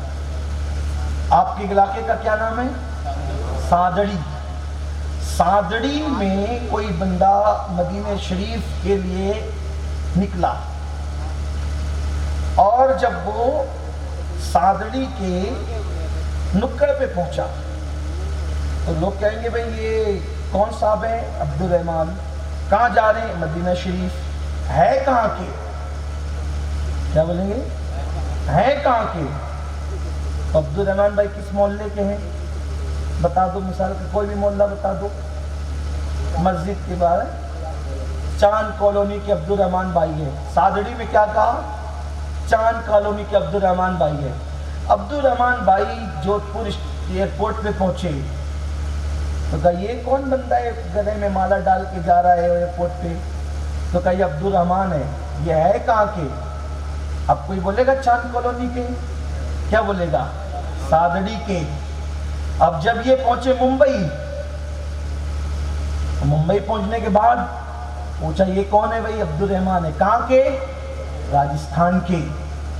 کہاں کے؟ ارے اتنے جھوٹے ہو تم لوگ، جو پوچھتے بات بدلتے رہتے ہو۔ کہا ارے بدعقل، ہم جھوٹے نہیں، ہم سچے ہیں، ہم بات بدلتے ہیں۔ انسان کی عقل بدلتی ہے تو بات بدلتے ہیں، لیکن ہمارے سچے ہی ہے۔ کیوں؟ پہلے تو چاند کالونی کہا، پھر سادڑی کا، اب راجستھان کہتے ہو، ابھی پھر بولو گے ابھی بھی ایک جگہ نہیں رکو گے، جدہ پہنچے، پھر وہاں پوچھا یہ کون بندہ ہے؟ کہا یہ عبد الرحمان ہے۔ یہ ہے کہاں کے؟ کہا انڈیا کے۔ ارے بات بدل رہے ہو کہ نہیں؟ وہ جھوٹ ہو رہا ہے؟ بولو بھائی وجہ یہ انڈیا جانتا ہے جدہ میں جو ملا، اس لیے اس کو انڈیا کہا، صحیح؟ جو ممبئی میں ملا وہ راجستھان جانتا ہے، اس کو راجستھان کا۔ جو جودھ پور میں ملا وہ سادڑی جانتا ہے، وہ سادڑی کہا گیا۔ اور جو سادڑی میں ملا وہ چاند کالونی بھی جانتا ہے، اس لیے اس کو۔ تو جو جتنا جہاں تک جس کی رسائی تھی اس کو وہاں تک کی بات بولے۔ ہاں تو مکے کے کافروں کو کہا میں تمہاری طرح بشر ہوں، کیونکہ ان کی نظر بشریت تک تھی، تو کہا میں تمہاری طرح بشر ہوں۔ لیکن جب صحابہ کو کہا، جب سب صحابہ کو کہا ایکم مثلی، ایکم مثلی، کون تم میں میری طرح ہے؟ کوئی تم میں میری طرح نہیں۔ اور جب اکیلے صدیق اکبر کو کہا تو کہا یا ابا بکر لم یعرفنی حقیقتاً غیر ربی، میری حقیقت کو میرے رب کے سوا کوئی نہیں جانتا۔ ایک ہی شخصیت کے لیے بات بدل رہی ہے، بات بدل رہی ہے۔ کیا مطلب؟ مطلب یہ کہ جو لوگ بشریت سے آگے نہ بڑھ سکے ان کو کہا تمہاری مثل ہوں، اور جو ایمان لا چکے تھے کہا میں تمہاری مثل نہیں ہوں، اور جو بہت آگے پہنچ چکا تھا اس کو کہا میں نے خدا کے سوا تو مجھے کوئی جان ہی نہیں۔ اور لوگ ایک ہی پکڑ کے بیٹھے ہوئے چاند کالونی، چاند کالونی، چاند کالونی جدہ میں کہے گا تو بات ہی نہیں بنتی، بات ہی نہیں بنتی۔ بات تو لوگ بدلتے ہیں تو بات بدلتی پڑتی، جو جس کی جہاں تک رسائی۔ تو بہرحال میں بات یہ کہہ رہا تھا، عرض یہ کر رہا تھا کیا کہ میرے آقا سرکار شیخ عبد القادر جی امی میں علم حاصل کروں، یہی کہا، لیکن مقصد تھا نہیں، پیچھے پردے میں بغداد دارالخلافہ ہے، بغداد عروس البلاد ہے، بغداد شہروں میں سب سے بڑا وہاں مرکز ہے، وہاں بیٹھ کر کے سب کام ہو سکتے ہیں۔ دیکھو ولی اسی کو چنتا ہے۔ اجمیر شریف کیوں چنا؟ کیونکہ یہ پرتھوی راج چوہان کا ہیڈ کوارٹر تھا، یہی بیٹھ کر وہ پورے ہندوستان کو، اکھنڈ بھارت کا سمراٹ تھا پرتھوی راج، اس لیے غریب نواز نہیں آئے کیونکہ وہی بیٹھ کر کام ہو سکتا، جہاں سے بیٹھ کر کے خرافات ہو رہے وہیں سے بیٹھ کر کے اصلاح ہوگی۔ یہ چیز تو غوث پاک نے ماں سے کہا امی میں جیلان، ورنہ جیلان میں کوئی کم لوگ تھے کیا؟ کوئی چھوٹے موٹے لوگ نہیں تھے، جیلان میں بھی بڑے علماء تھے۔ بہرحال بات تو بات ہوتی ہے، تو فرمایا کہ میں عرض کیا امی میں جاؤں گا بغداد، اور کس کو چھوڑا؟ دین کی خاطر امی کو۔ لیکن وہ ماں بھی کیسی ماں تھی، اس ماں نے کہا بیٹا جاؤ تیرا خدا حافظ، اب میری تیری ملاقات نہیں ہوگی، انشاءاللہ ہم قیامت میں ملیں گے۔ وہ مائیں تھی جنہوں نے دین کے لیے قربانی دی۔ آج کی ماں اگر بیٹا چہرے پہ داڑھی رکھے تو ماں کہتی تو مولوی بن رہا ہے، ہنسنے کی بات نہیں، ایسی ماں جہنم کا ایندھن بنے گی۔ کیا داڑھی صرف مولوی نے رکھنا؟ رسول اللہ کی سنت ہے، اور رسول اللہ فرماتے ہیں جو چہرے پہ داڑھی نہ رکھے میں اس کی صورت دیکھنا بھی پسند نہیں کرتا۔ پھر بنو عاشق رسول، منڈاتے رہو داڑیاں۔ ایک بہت بڑے ولی اکبر کا ایک غلام تھا، فیضی شاعر تھا، بغیر نقطے کی تفسیر لکھی تھی، بڑا علامہ بھی تھا دور کا، فیضی، داڑھی بھی منڈاتا تھا، علامہ بھی تھا، داڑھی بھی منڈاتا تھا۔ ایک دن وہ داڑھی منڈا رہا تھا، ایک بزرگ وہاں سے گزرے، فرمایا فیضی داڑھی چھیل رہے ہو، داڑھی چھیل رہے ہو؟ شاعر تھا، بڑا شاعر، چھوٹا موٹا نہیں، بڑا شاعر، بڑا عالم، بڑا مفسر تھا، بے نقطے کی تفسیر لکھا اس نے۔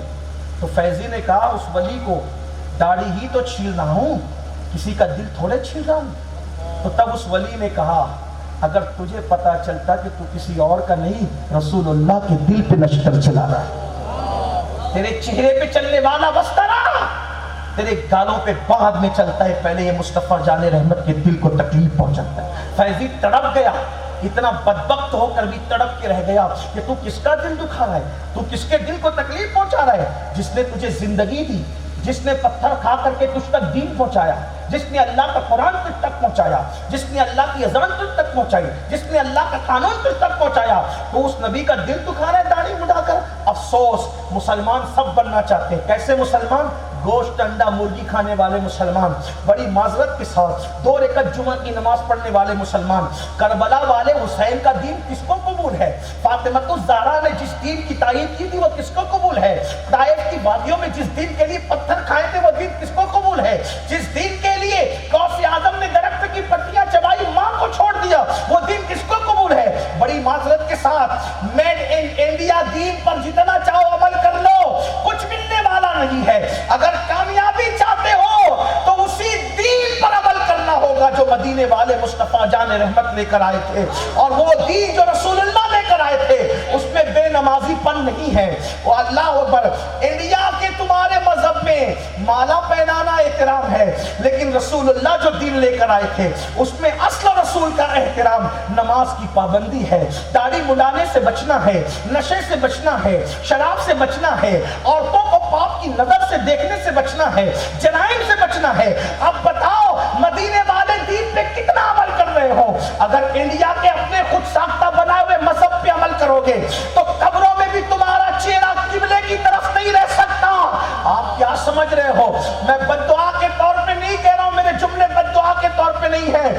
داڑھی مڈا کر رسول اللہ کی سنت کو گٹروں میں پھینکنے والوں، اور ان عورتوں سے کہتا ہوں داڑھی رکھے تو عورتیں نفرت کرتی ہے، آپ تو بڈھے ہو گئے، میں آپ کے ساتھ کیسے رہوں گی؟ افسوس ہے تجھے اے میری بہن، لوگ تو تجھے جوئے میں ہار رہے تھے، لوگ تو تجھے شوہر کی چتا پہ زندہ جلا رہے تھے، لوگ تو تجھے خرید اور بیچ رہے تھے۔ وہ آمنہ کا لال میرا نبی تھا جس نے پتھر کھا کر کے عورت کی عزت بتائی، عورت کو زندہ دفن ہونے سے منع فرمایا، بلکہ فرمایا او بیٹیوں کو زندہ دفن کرنے والوں، میں محمد بیٹیوں کا باپ بن کر کے آیا ہوں۔ جس کے گھر میں بیٹی پیدا ہو وہ خوشی کرے، اچھا نام رکھے، اچھی تربیت کرے، اچھے گھرانے میں شادی کر دے، ایسا باپ اور ماں اتنے جنت میں قریب ہوں گے جیسے یہ 2 انگلیاں قریب ہے، یہ 2 انگلیاں جیسے قریب ہے ویسے بیٹی کا باپ اور میں جنت میں قریب ہوں گے۔ آج تمہیں اسی نبی کی سنت سے نفرت ہے، اسی نبی کی داڑھی سے نفرت ہے، اسی نبی کے دین سے نفرت ہے۔ نہیں نہیں، حضور کی طرف سے نہ امان ملے گی نہ پناہ ملے گی۔ اپنا خود ساختہ یہ انڈا مچھی کا بنایا ہوا مذہب تم اپنے دل کو تسلی دے کے بیٹھے ہو، حضور کی عدالت میں تم اپنا دین ثابت نہ کر سکو گے۔ اگر اسی ڈگر پہ چلے حضور کی عدالت میں، اللہ کی عدالت میں دین ثابت نہ کر سکو گے۔ سادڑی والو، مجھے چاہے گالی دے دو چاہے دعا دے دو، یہ تمہارا اپنا ذوق ہے، لیکن یہ سچی سچی بات کہہ کر کے جا رہا ہوں۔ اگر داڑیاں مڈا کر کے مرے قبر میں بھی چہرہ قبلے کی طرف نہ رہ سکے گا۔ اللہ کی طرف چہرہ ہونا تو دور کی بات ہے، جنت کی طرف چہرہ ہونا تو دور کی بات ہے، قبلے کی طرف بھی چہرہ نہ رہے گا۔ ایک بزرگ کے ہاتھ پر ایک کفن چور نے توبہ کی، اس بزرگ نے اس کو توبہ کرا کے پوچھا بتا کہ تو نے جب کفن چرائے تو مسلمانوں کی چرائے؟ کہا ہاں۔ تو کہا کتنے مسلمان تھے جن کے چہرے قبلے کی طرف تھے؟ اس کفن چور نے کہا اگر میں نے 1000 قبریں کھولی تو حال یہ تھا کہ 99% لوگوں کے چہرے 99% قبلے سے پھرے ہوئے تھے، 1% لوگوں کے چہرے قبلے کی طرف، 99% لوگوں کے چہرے قبلے سے پھرے ہوئے تھے۔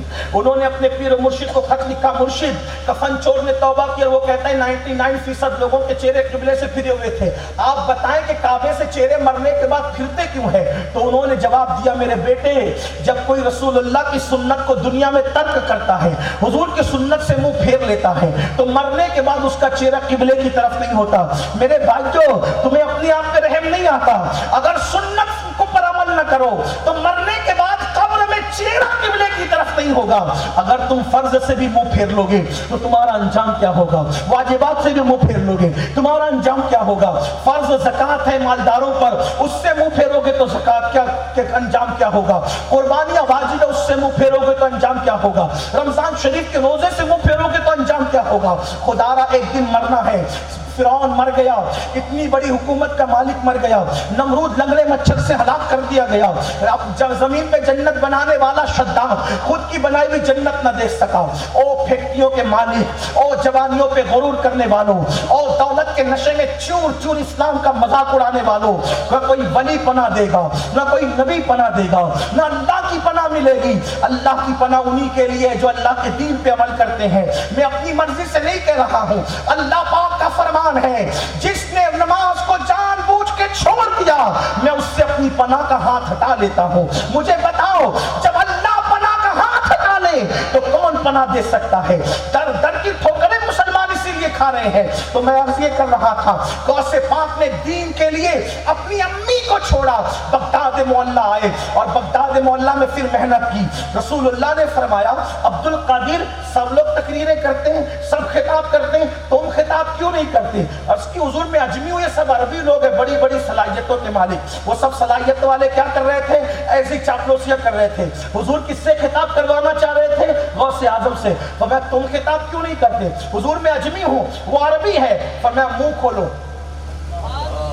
منہ کھولو. اور رسول اللہ کے ساتھ مولا علی بھی آئے. تو غوث پاک کہتے 7 مرتبہ حضور نے اپنا لعاب میرے منہ میں ڈالا. کتنا؟ اور مولا علی نے بھی 6 مرتبہ ڈالا. تو غوث پاک فرماتے ہیں مجھے تقریر ایسی آنے لگی جیسے لوگوں کے منہ میں الٹی آتی ہے, روک نہیں سکتی, ویسے مجھے تقریر آنے لگی اور رکتی نہیں تھی. میں نے شروع کیا. اچھا رسول اللہ نے 7 بار, مولا علی نے, حالانکہ آپ کی تو زیادہ ضرورت ہے مولا کائنات, ہے نا بھائی, حضور کا لعاب مولا کائنات کے لعاب سے افضل ہی تو ہے. تو یہاں 7 اور یہ 6 کیوں برابر کیوں نہیں؟ اس لیے کہ حضور کی برابری لعاب ڈالنے میں بھی نہیں کی, لعاب ڈالنے میں بھی برابری. تو غوث پاک کہتے ہیں پھر میرا حال یہ ہو گیا, میں نے تقریر شروع کی. پہلے تو میرے مدرسے میں شروع کی, مدرسہ بھر گیا, مدرسہ بھر گیا. پھر جامع مسجد میں کی, جامع مسجد بھر گئی, لوگ اتنے آئے. پھر عیدگاہ پہ گیا میرا منبر, تو فرماتے 70 ہزار لوگ آیا کرتے تھے. اور غوث پاک جب خطاب کرتے تھے, تھوڑے سے اس کی جھلک سن لو, بات مکمل. غوث پاک خطاب کہتے تھے, کیا کہتے تھے بتائیں؟ او ملحدو, او ملحدو, او بی دینو, او حرام کا لقمہ کھانے والوں. بڑے بڑے بادشاہوں کو, خلیفوں کو ٹوکتے تھے, اور پھر آپ کا لہجہ بڑا سخت ہوتا. فرماتے تھے سدھر جاؤ ورنہ مار ڈالوں گا. غوث پاک کہتے تھے سدھر جاؤ ورنہ تمہیں قتل کر دوں گا. غوث پاک کہتے تھے اس طرح لہجے میں. اور وہ کیا خطبے کی ہیبت تھی آپ کے, کہ ایک ایک خطاب کے اندر 70 ہزار لوگ آتے ہیں, اور آنے کے بعد عیسائی مسلمان ہوتے ہیں, بے نمازی توبہ کر کے نمازی بنتے ہیں, بے دین دیندار بنتے ہیں, لوگوں میں انقلاب آتا ہے, بلکہ عوام آتی ہے. جنات بھی آتے تھے خطاب سننے کے لیے. ایک شخص نے جنات کا عمل کیا, اس وقت تو بلایا عمل کر کے, تو دیر سے آئے. تو کہا دیر سے کیوں آئے؟ میں نے تو آپ کو تذکیر کا عمل کیا ہے. تو کہا کہ اس وقت نہ بلایا کرو, اس وقت اب آئندہ بلاؤ گے تم آئیں گے نہیں. کیوں نہیں آؤ گے؟ تو کہا ہم غوث اعظم کا خطاب سننے جاتے ہیں. تو کہا کیا غوث اعظم کے خطاب میں جنات بھی جاتے ہیں؟ تو انہوں نے کہا انسان سے زیادہ جنات ہوا کرتے ہیں. بلکہ آپ کو حیرت ہوگی, صرف انسان جنات نہیں بلکہ حوصلہ افزائی کے لیے رسول اللہ خود بھی تشریف لایا کرتے تھے. ایک مرتبہ کا واقعہ ہے, سرکار غوث پاک خطاب کر رہے ہیں, دیکھو کیسے سدھارتے ہیں لوگوں کو, خطاب کر رہے ہیں. اب خطاب یہاں بھی ہو رہا ہے, پدی کیا پدی کا شوربہ کیا, اپنی اوقات کیا. اس میں سے کچھ ایسے بھی بھائی لوگوں کے کسی کو استنجا لگی ہو, اب استنجا لگی تو اٹھ کے جائے گا نا آدمی, صحیح. اور اگر اٹھ کے جاتے تو کچھ شرماتے بھی ہے کہ میں بھی جائے, مولانا ٹوک دے تو کیا ہوگا, ہے نا. حالانکہ بھائی اس کی ضرورت ہے, اس کو جانا چاہیے اٹھ کے. بہرحال تو آپ کے قریبی مرید شیخ علی ابن ہیتی, ان کو استنجا کی عادت, استنجا کی عادت بھی. سرکار غوث پاک نے اپنی چادر ان کے سر پہ ڈالی. جیسے سر پہ چادر ڈالی تو کیا دیکھا کہ وہ محفل میں نہیں ہے بلکہ جنگل میں ہے. جنگل میں دیکھا تو جلدی سے حاجت پوری کر لی دریا کے کنارے. لیکن اس وقت اپنی چادر انہوں نے درخت سے لگائی. حاجت پوری ہوئی تو جیسی ان کے سر سے چادر ہٹی تھی محفل میں. اب حاجت ختم تھی, وضو کے آثار اعضائے وضو پر ظاہر تھے, لیکن قلب تھا کہ بھی میری چادر تو وہاں چھوٹ گئی, میری چادر تو وہاں چھوٹ گئی. اب تو میں حاجت سے فارغ ہو گیا ہوں, یہ کرامت دیکھی. پھر چادر ڈالی وہیں پایا, پھر گئی وہاں چادر اٹھا لی, پھر چادر ہٹا لی. یہ غوث پاک. ایک دن وہی شیخ علی ابن ایٹی بیان سنتے سنتے سو رہے تھے, نیند آ گئی. اب کسی کی تقریر میں کوئی چلا چلا کے تقریر کرے اور کوئی سوئے تو وہ سوچتا ہے یار میں اتنی محنت کر رہا ہوں, یہ سو رہا ہے. کچھ لوگ ناراض بھی ہوتے ہیں, میں ناراض نہیں ہوتا, کیونکہ میں سوچتا ہوں کہ جب شیخ عبد القادر کی تقریر میں لوگ سو سکتے ہیں تو امین القادری کی تقریر میں سوئے تو کون سا مسئلہ ہے. اپنی اوقات ہی کیا ہے, سو لے تو اچھی بات ہے, یہی نیند پوری کر لینے, میں ناراض نہیں ہوتا. اب شیخ علی ابن ایٹی کو نیند آ گئی, سو رہے ہیں. غوث پاک بیان ختم کر کے ان کے آگے آگے کھڑے ہو گئے. وہ سو رہے ہیں, آگے آگے کھڑے ہو گئے, ہاتھ باندھ لیا. پورا مجمع حیران, کہیں تقریر اگر بند ہو جائے اور ایک مقرر کسی کی طرف متوجہ ہو تو اس کی حالت کیا ہوتی ہے, کتنا ڈر جاتا ہو کہ سب اسی کو دیکھنے لگتے ہیں. اب پورا مجمع کس کو دیکھ رہا ہے, شیخ علی ابن ایٹی کو دیکھ رہا ہے. شیخ علی ابن ایٹی آنکھ کھلی, ڈر گئے, آنکھ کھلی. اب میرے آگے کھڑے میرے مرشد, پیر و مرشد غوث پاک, ہاتھ باندھ کے. لوگوں نے کہا حضور آپ ان کے آگے ہاتھ باندھ کے کھڑے تھے, اس سے پوچھو کیوں کھڑا تھا, کیا دیکھ رہا تھا, پوچھو. شیخ علی ابن ایٹی نے کہا میں آنکھ بند کر کے سو رہا تھا, اس وقت اس محفل میں رسول اللہ تشریف لائے تھے, تو میں حضور کو خواب میں دیکھ رہا تھا. مسکرا کے کہا یہ سوتے سوتے دیکھ رہا تھا, میں جاگتے جاگتے دیکھ رہا تھا. سرکار غوث اعظم خود فرماتے کہ میرے خطاب میں مرتبہ رسول اللہ ساتھ آئے, مولا کائنات اور موسیٰ علیہ السلام بھی تھے, اور جب میں خطاب کر رہا تھا تو اللہ کے رسول موسیٰ علیہ السلام سے کہتے موسیٰ دیکھو یہ میرا بیٹا ہے, کیا اس جیسا ولی تمہاری امت میں ہے؟ جس پر میرے آقا ناز کرے وہ غوث اعظم ہے. کیا اس جیسا ولی تمہاری امت میں؟ حضرت موسیٰ علیہ السلام نے کہا نہیں یا رسول اللہ, میری امت میں کیا کسی بھی امت میں اس جیسا ولی ہے ہی نہیں. تو سرکار غوث اعظم نے اللہ کا دین زندہ کیا, یہ آپ کی سب سے بڑی کرامت ہے. لیکن آج اسی دین سے ہم کو سو دور ہو گئے.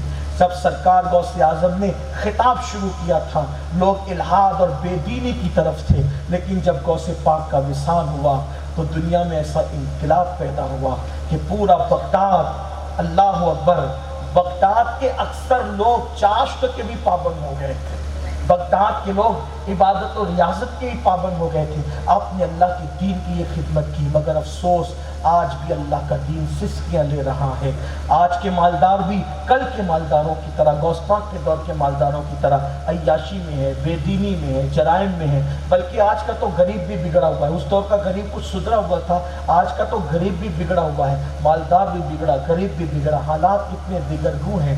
کیوں ہم عبادت کی طرف نہیں آتے, کیوں ہم نمازوں کی طرف نہیں آتے, کیوں اللہ کے دین کی مدد نہیں کرتے, کیوں اللہ کے دین پہ عمل نہیں کرتے. یاد رکھنا آج مسلمان ہزاروں کی تعداد میں جلسوں میں شریک ہوتا ہے, عبادت کے لیے نہیں آتا, جلسہ سننے کے لیے آتا, عبادت کے لیے آتا. میرے بھائیوں, اللہ کے رسول مصطفیٰ جان رحمت صلی اللہ علیہ وآلہ وسلم فرماتے ہیں جس نے ایک وقت کی نماز جان بوجھ کر چھوڑ دی, قیامت کے دن اس کے ساتھ میرا کوئی وعدہ نہیں ہے, اس پر میرا کوئی ذمہ نہیں ہے. ہمیں ڈر نہیں لگتا کتنا عذاب ہوگا بے نمازی پر. آقا فرماتے سب سے زیادہ عذاب اگر کسی پر قیامت کے دن ہوگا تو بے نمازی پر ہوگا. سب سے زیادہ موت کے وقت تکلیف کسی کو ہوتی ہے, بے نمازی کو ہوتی ہے. قبر میں سب سے زیادہ عذاب کسی کو ہوتا ہے, بے نمازی کو ہوتا ہے. 99 سانپ قبر میں اس پہ مسلط کیے جاتے ہیں.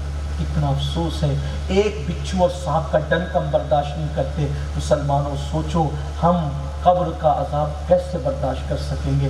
خدا کے لیے آؤ, توبہ کرو, بدلو, زندگیوں میں انقلاب پیدا کرو. سرکار غوث اعظم فرماتے ہیں جو میرا مرید ہے میں اس کو توبہ کے بغیر مرنے نہیں دیتا. میرے ہر مرید کو موت آئے گی تو توبہ کے بعد ہی موت آئے گی. لیکن یاد رکھنا صرف کپڑے پکڑنے سے یا پیر کا ہاتھ پکڑنے سے قادریت کی نسبت نہیں ملے گی جب تک اللہ کے دین کا دامن نہیں پکڑو گے. سرکار غوث اعظم تقریر میں فرماتے تھے, لوگوں سے کہتے تھے او روزہ رکھنے والوں تم روزہ رکھتے ہو تو حلال کھانے پینے سے بچتے ہو، اور جب افطار کرتے ہو تو لوگوں کے خون سے افطار کرتے ہو، لوگوں کے خون سے افطار کرتے ہو۔ تو لوگ کہتے تھے یا غوث الثقلین آدمی خون سے افطار کیسے کرے گا؟ تو فرماتے ہیں غوث اعظم خون سے اس لیے افطار کہتا ہوں کہ تم لوگ حلال کھانے پینے سے تو دن بھر بچتے ہو، لیکن جب شام کو روزہ کھولنے بیٹھتے ہو تو کیسے پیسے سے کھولتے ہو؟ جھوٹ بول کے کمایا ہوا، دھوکہ دے کے کمایا ہوا، حرام ذریعے سے کمایا ہوا۔ تو جو دھوکہ دے کے جھوٹ بول کے پیسہ کمایا ہے وہ پیسہ نہیں ہے بلکہ لوگوں کا خون ہے، خون۔ بات اینڈ کو پہنچتی ہے، ایک آخری بات کر کے سرکار فاروق اعظم فرماتے ہیں ہر ایک کا تحفہ قبول مت کیا کرو۔ فاروق اعظم کا کیا فرمانے؟ لوگ گفٹ دینا، سب کا تحفہ مت لیا کرو، کیونکہ بعض تحفے تحائف خفیہ رشوت ہوتے ہیں، رشوت۔ ہمارا کیا حال ہے؟ جس نے دیا لے لیا، بھائی نہیں معلوم ہے تو چلو ٹھیک ہے، معلوم ہے سود کا دھندا ہے پھر بھی لے رہے ہیں تحفہ، شراب کا دھندا ہے لے رہے ہیں تحفہ، بھنگ کا دھندا ہے، چرس کا دھندا ہے لے رہے ہیں تحفہ، حرام کاروبار ہے لے رہے تو انکار کر۔ چار لوگ انکار کریں گے، ذلیل ہوں گے تو لوگ حرام کاروبار چھوڑیں گے۔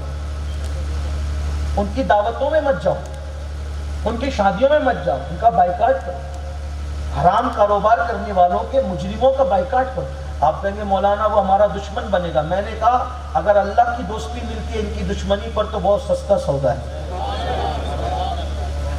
اگر لوگوں کو دشمن بنانے کا آپ کے اندر حوصلہ نہیں ہے تو اپنے آپ کو حسینی کہنا چھوڑ دو۔ حسینیت کیا ہے؟ حسینیت شربت اور کھچڑے کا نام نہیں ہے، باطل کے خلاف اکیلے ڈٹنے کا نام ہے۔ حسین پاک نے کسی کی پرواہ نہیں کی، مگر افسوس ہے شادیوں میں ڈول بج رہے ہیں، نہیں مولانا جانا ہی پڑے گا نا کیونکہ رشتہ داری نبھانا ہے۔ بندے سے رشتہ نبھانے کے لیے خدا کو ناراض کرتا ہے، بندوں سے رشتہ نبھانے کے لیے رسول اللہ کو ناراض کرتا ہے، پھر کیا دین ہے؟ میرے آقا فرماتے ہیں عمر نے حق کہا تو کوئی عمر کا دوست نہیں بنا، حق کی وجہ سے لوگ عمر کے دوست زیادہ نہ بن سکے، لیکن اللہ نے انعام یہ دیا کہ اس کو اپنا دوست بنا لیا۔ اس لیے حق پہ رہو، جو حرام کام کرتے سمجھاؤ، نہیں کرتے ان کو چھوڑو۔ بلکہ آج کل شرابی لوگ بھی آتے، ہم ان کو آؤ سیٹ بیٹھو، آؤ فونا بیٹھو، داماد بیٹھو، یہ بیٹھو۔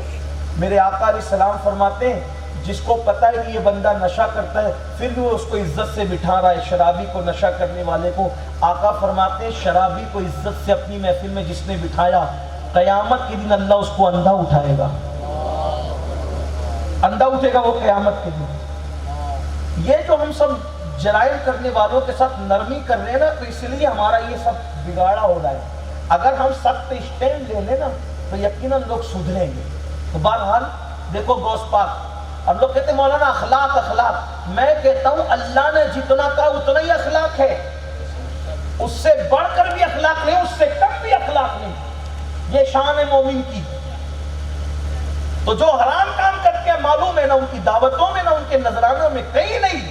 غوث پاک کی نیاز کے نام پہ بلائے تو بھی مت جاؤ، غریب نواز کی نیاز کے نام پہ بھی بلاؤ، حرام پیسوں سے کر رہے مت جاؤ۔ کیوں؟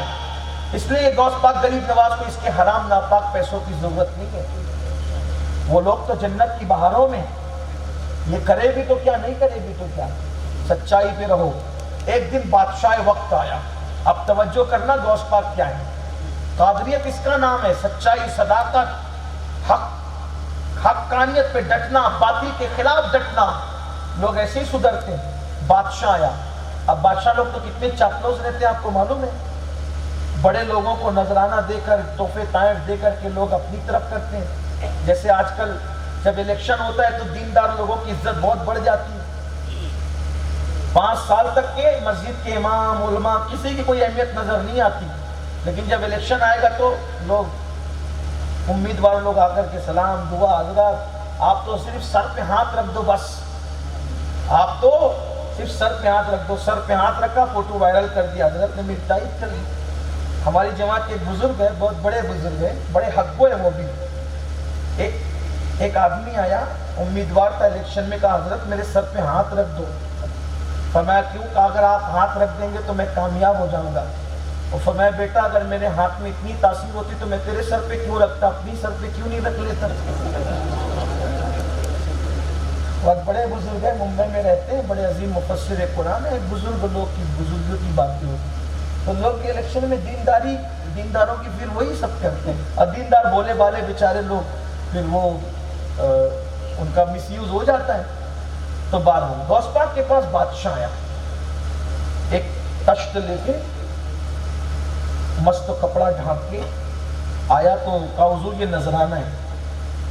غوث پاک نے فرمایا لے جا، مجھے نہیں چاہیے۔ اس کی وجہ بتاؤں، غوث پاک خود بھی بہت مالدار تھے، پہلی عمر کا حصہ تو میں نے آپ کو بتا دیا وہ پتیاں کھانے کا اور صرف لنگی پہ رہنے کا، لیکن جب بعد میں اللہ نے تجارت ان کی ایسی برکت دی، کئی ملکوں میں تجارت چلتی تھی، اور پھر ان دنوں وہ روزانہ نیا کپڑا پہنتے اور اتنا مہنگا پہنتے تھے کہ بادشاہ کوئی میسر نہیں آتا تھا۔ آج نیا پہنا مہنگا، کل اسی کو کسی غریب کو پہنا دیا، روزانہ نئے جوتے، اسی لیے کہتے تھے بہت مر بھر کے یہ کفن ملا ہے، نیا کفن مرنے کے بعد ہی ملتا ہے، کہا روزانہ نیا اس لیے پہنتا ہوں کہ بہت مر مر کے جیا ہوں، اس لیے نیا پہنتا ہوں۔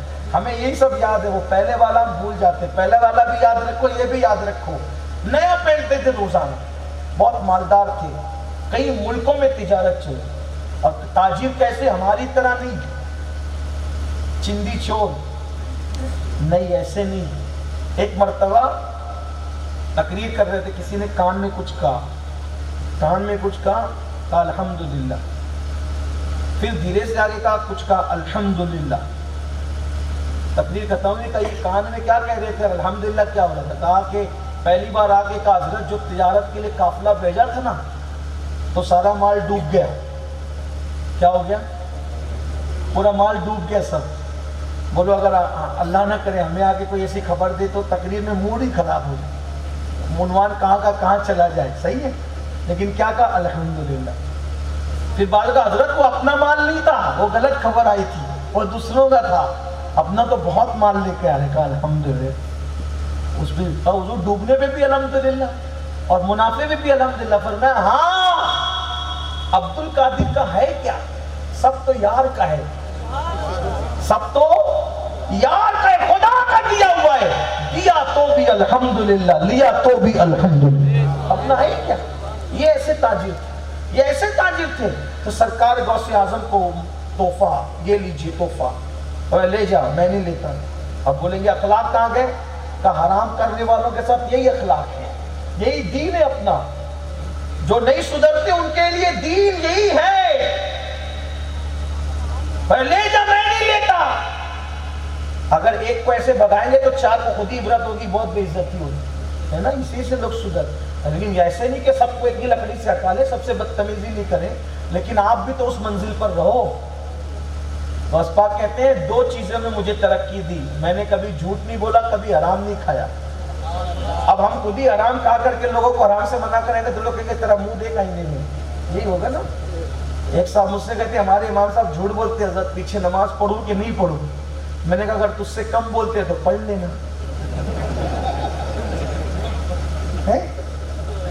نہیں تجھ سے کم بولتے ہیں تو اچھی ہے نا پھر تجھ سے۔ یہ حالات ہیں آج کے، یہ حالات ہیں، تو تم سے زیادہ بگڑا ہوا ہے میرے بھائی، آج تم اس سے کیا تو میری اپنی من کے مسئلے، لوگ اپنے من کی مرادیں پوچھنے کے لیے ہم لوگوں سے آتے کہ بس یہ بول دے امین القادری کہ نماز نہیں ہوتی، پھر بعد میں جا کے بولیں گے حضرت نے تو بول کے لگا دیا فتنہ پورے گاؤں میں۔ تو میں نے اسی لیے کہا حالانکہ اس طرح کا مسئلہ نہیں بتاتے یہ بات، ورنہ لوگ سنیں گے تو بولیں گے یہ کیا بات ہے، لیکن اس کو وہی جواب اس وقت مناسب تھا، ہاں وہی تھا، ورنہ وہ فتنہ کرتا۔ تو بادشاہ کو کہا لے جا، میں نہیں لیتا۔ تو حضور لے لے، بڑی محبت سے لایا ہوں۔ کپڑا ہٹایا، دونوں تھیلی لی، اور تھیلی لے کر کے اس کو یوں نچوڑا، اور نچوڑا تو اس سے خون ٹپکنے لگا۔ فرمایا میں تیری جنت چاہتا ہوں اور تو میری جہنم چاہتا ہے، میں تجھے سدھارنا چاہتا ہوں، حلال کی طرف لانا چاہتا ہوں، اور تو مجھے حرام مال دیتا ہے۔ یہ لوگوں کا خون چوس چوس کے لایا ہے اور میرے پاس نذرانے کے طور پہ دینا چاہتا ہے۔ فرمایا بادشاہ اگر مجھے نسبت رسول کا خیال نہ ہوتا تو میں اس کو اتنا نچوڑتا اور اس سے اتنا خون نکلتا کہ اسی خون کے اندر تیرا محل ڈوب جاتا، لیکن مجھے نسبت رسول کا خیال ہے اس لیے اسی بس کرتا ہوں، آئندہ یہ حرام میرے پاس لے کے مت آنا۔ یہ سرکار غوث اعظم تھے۔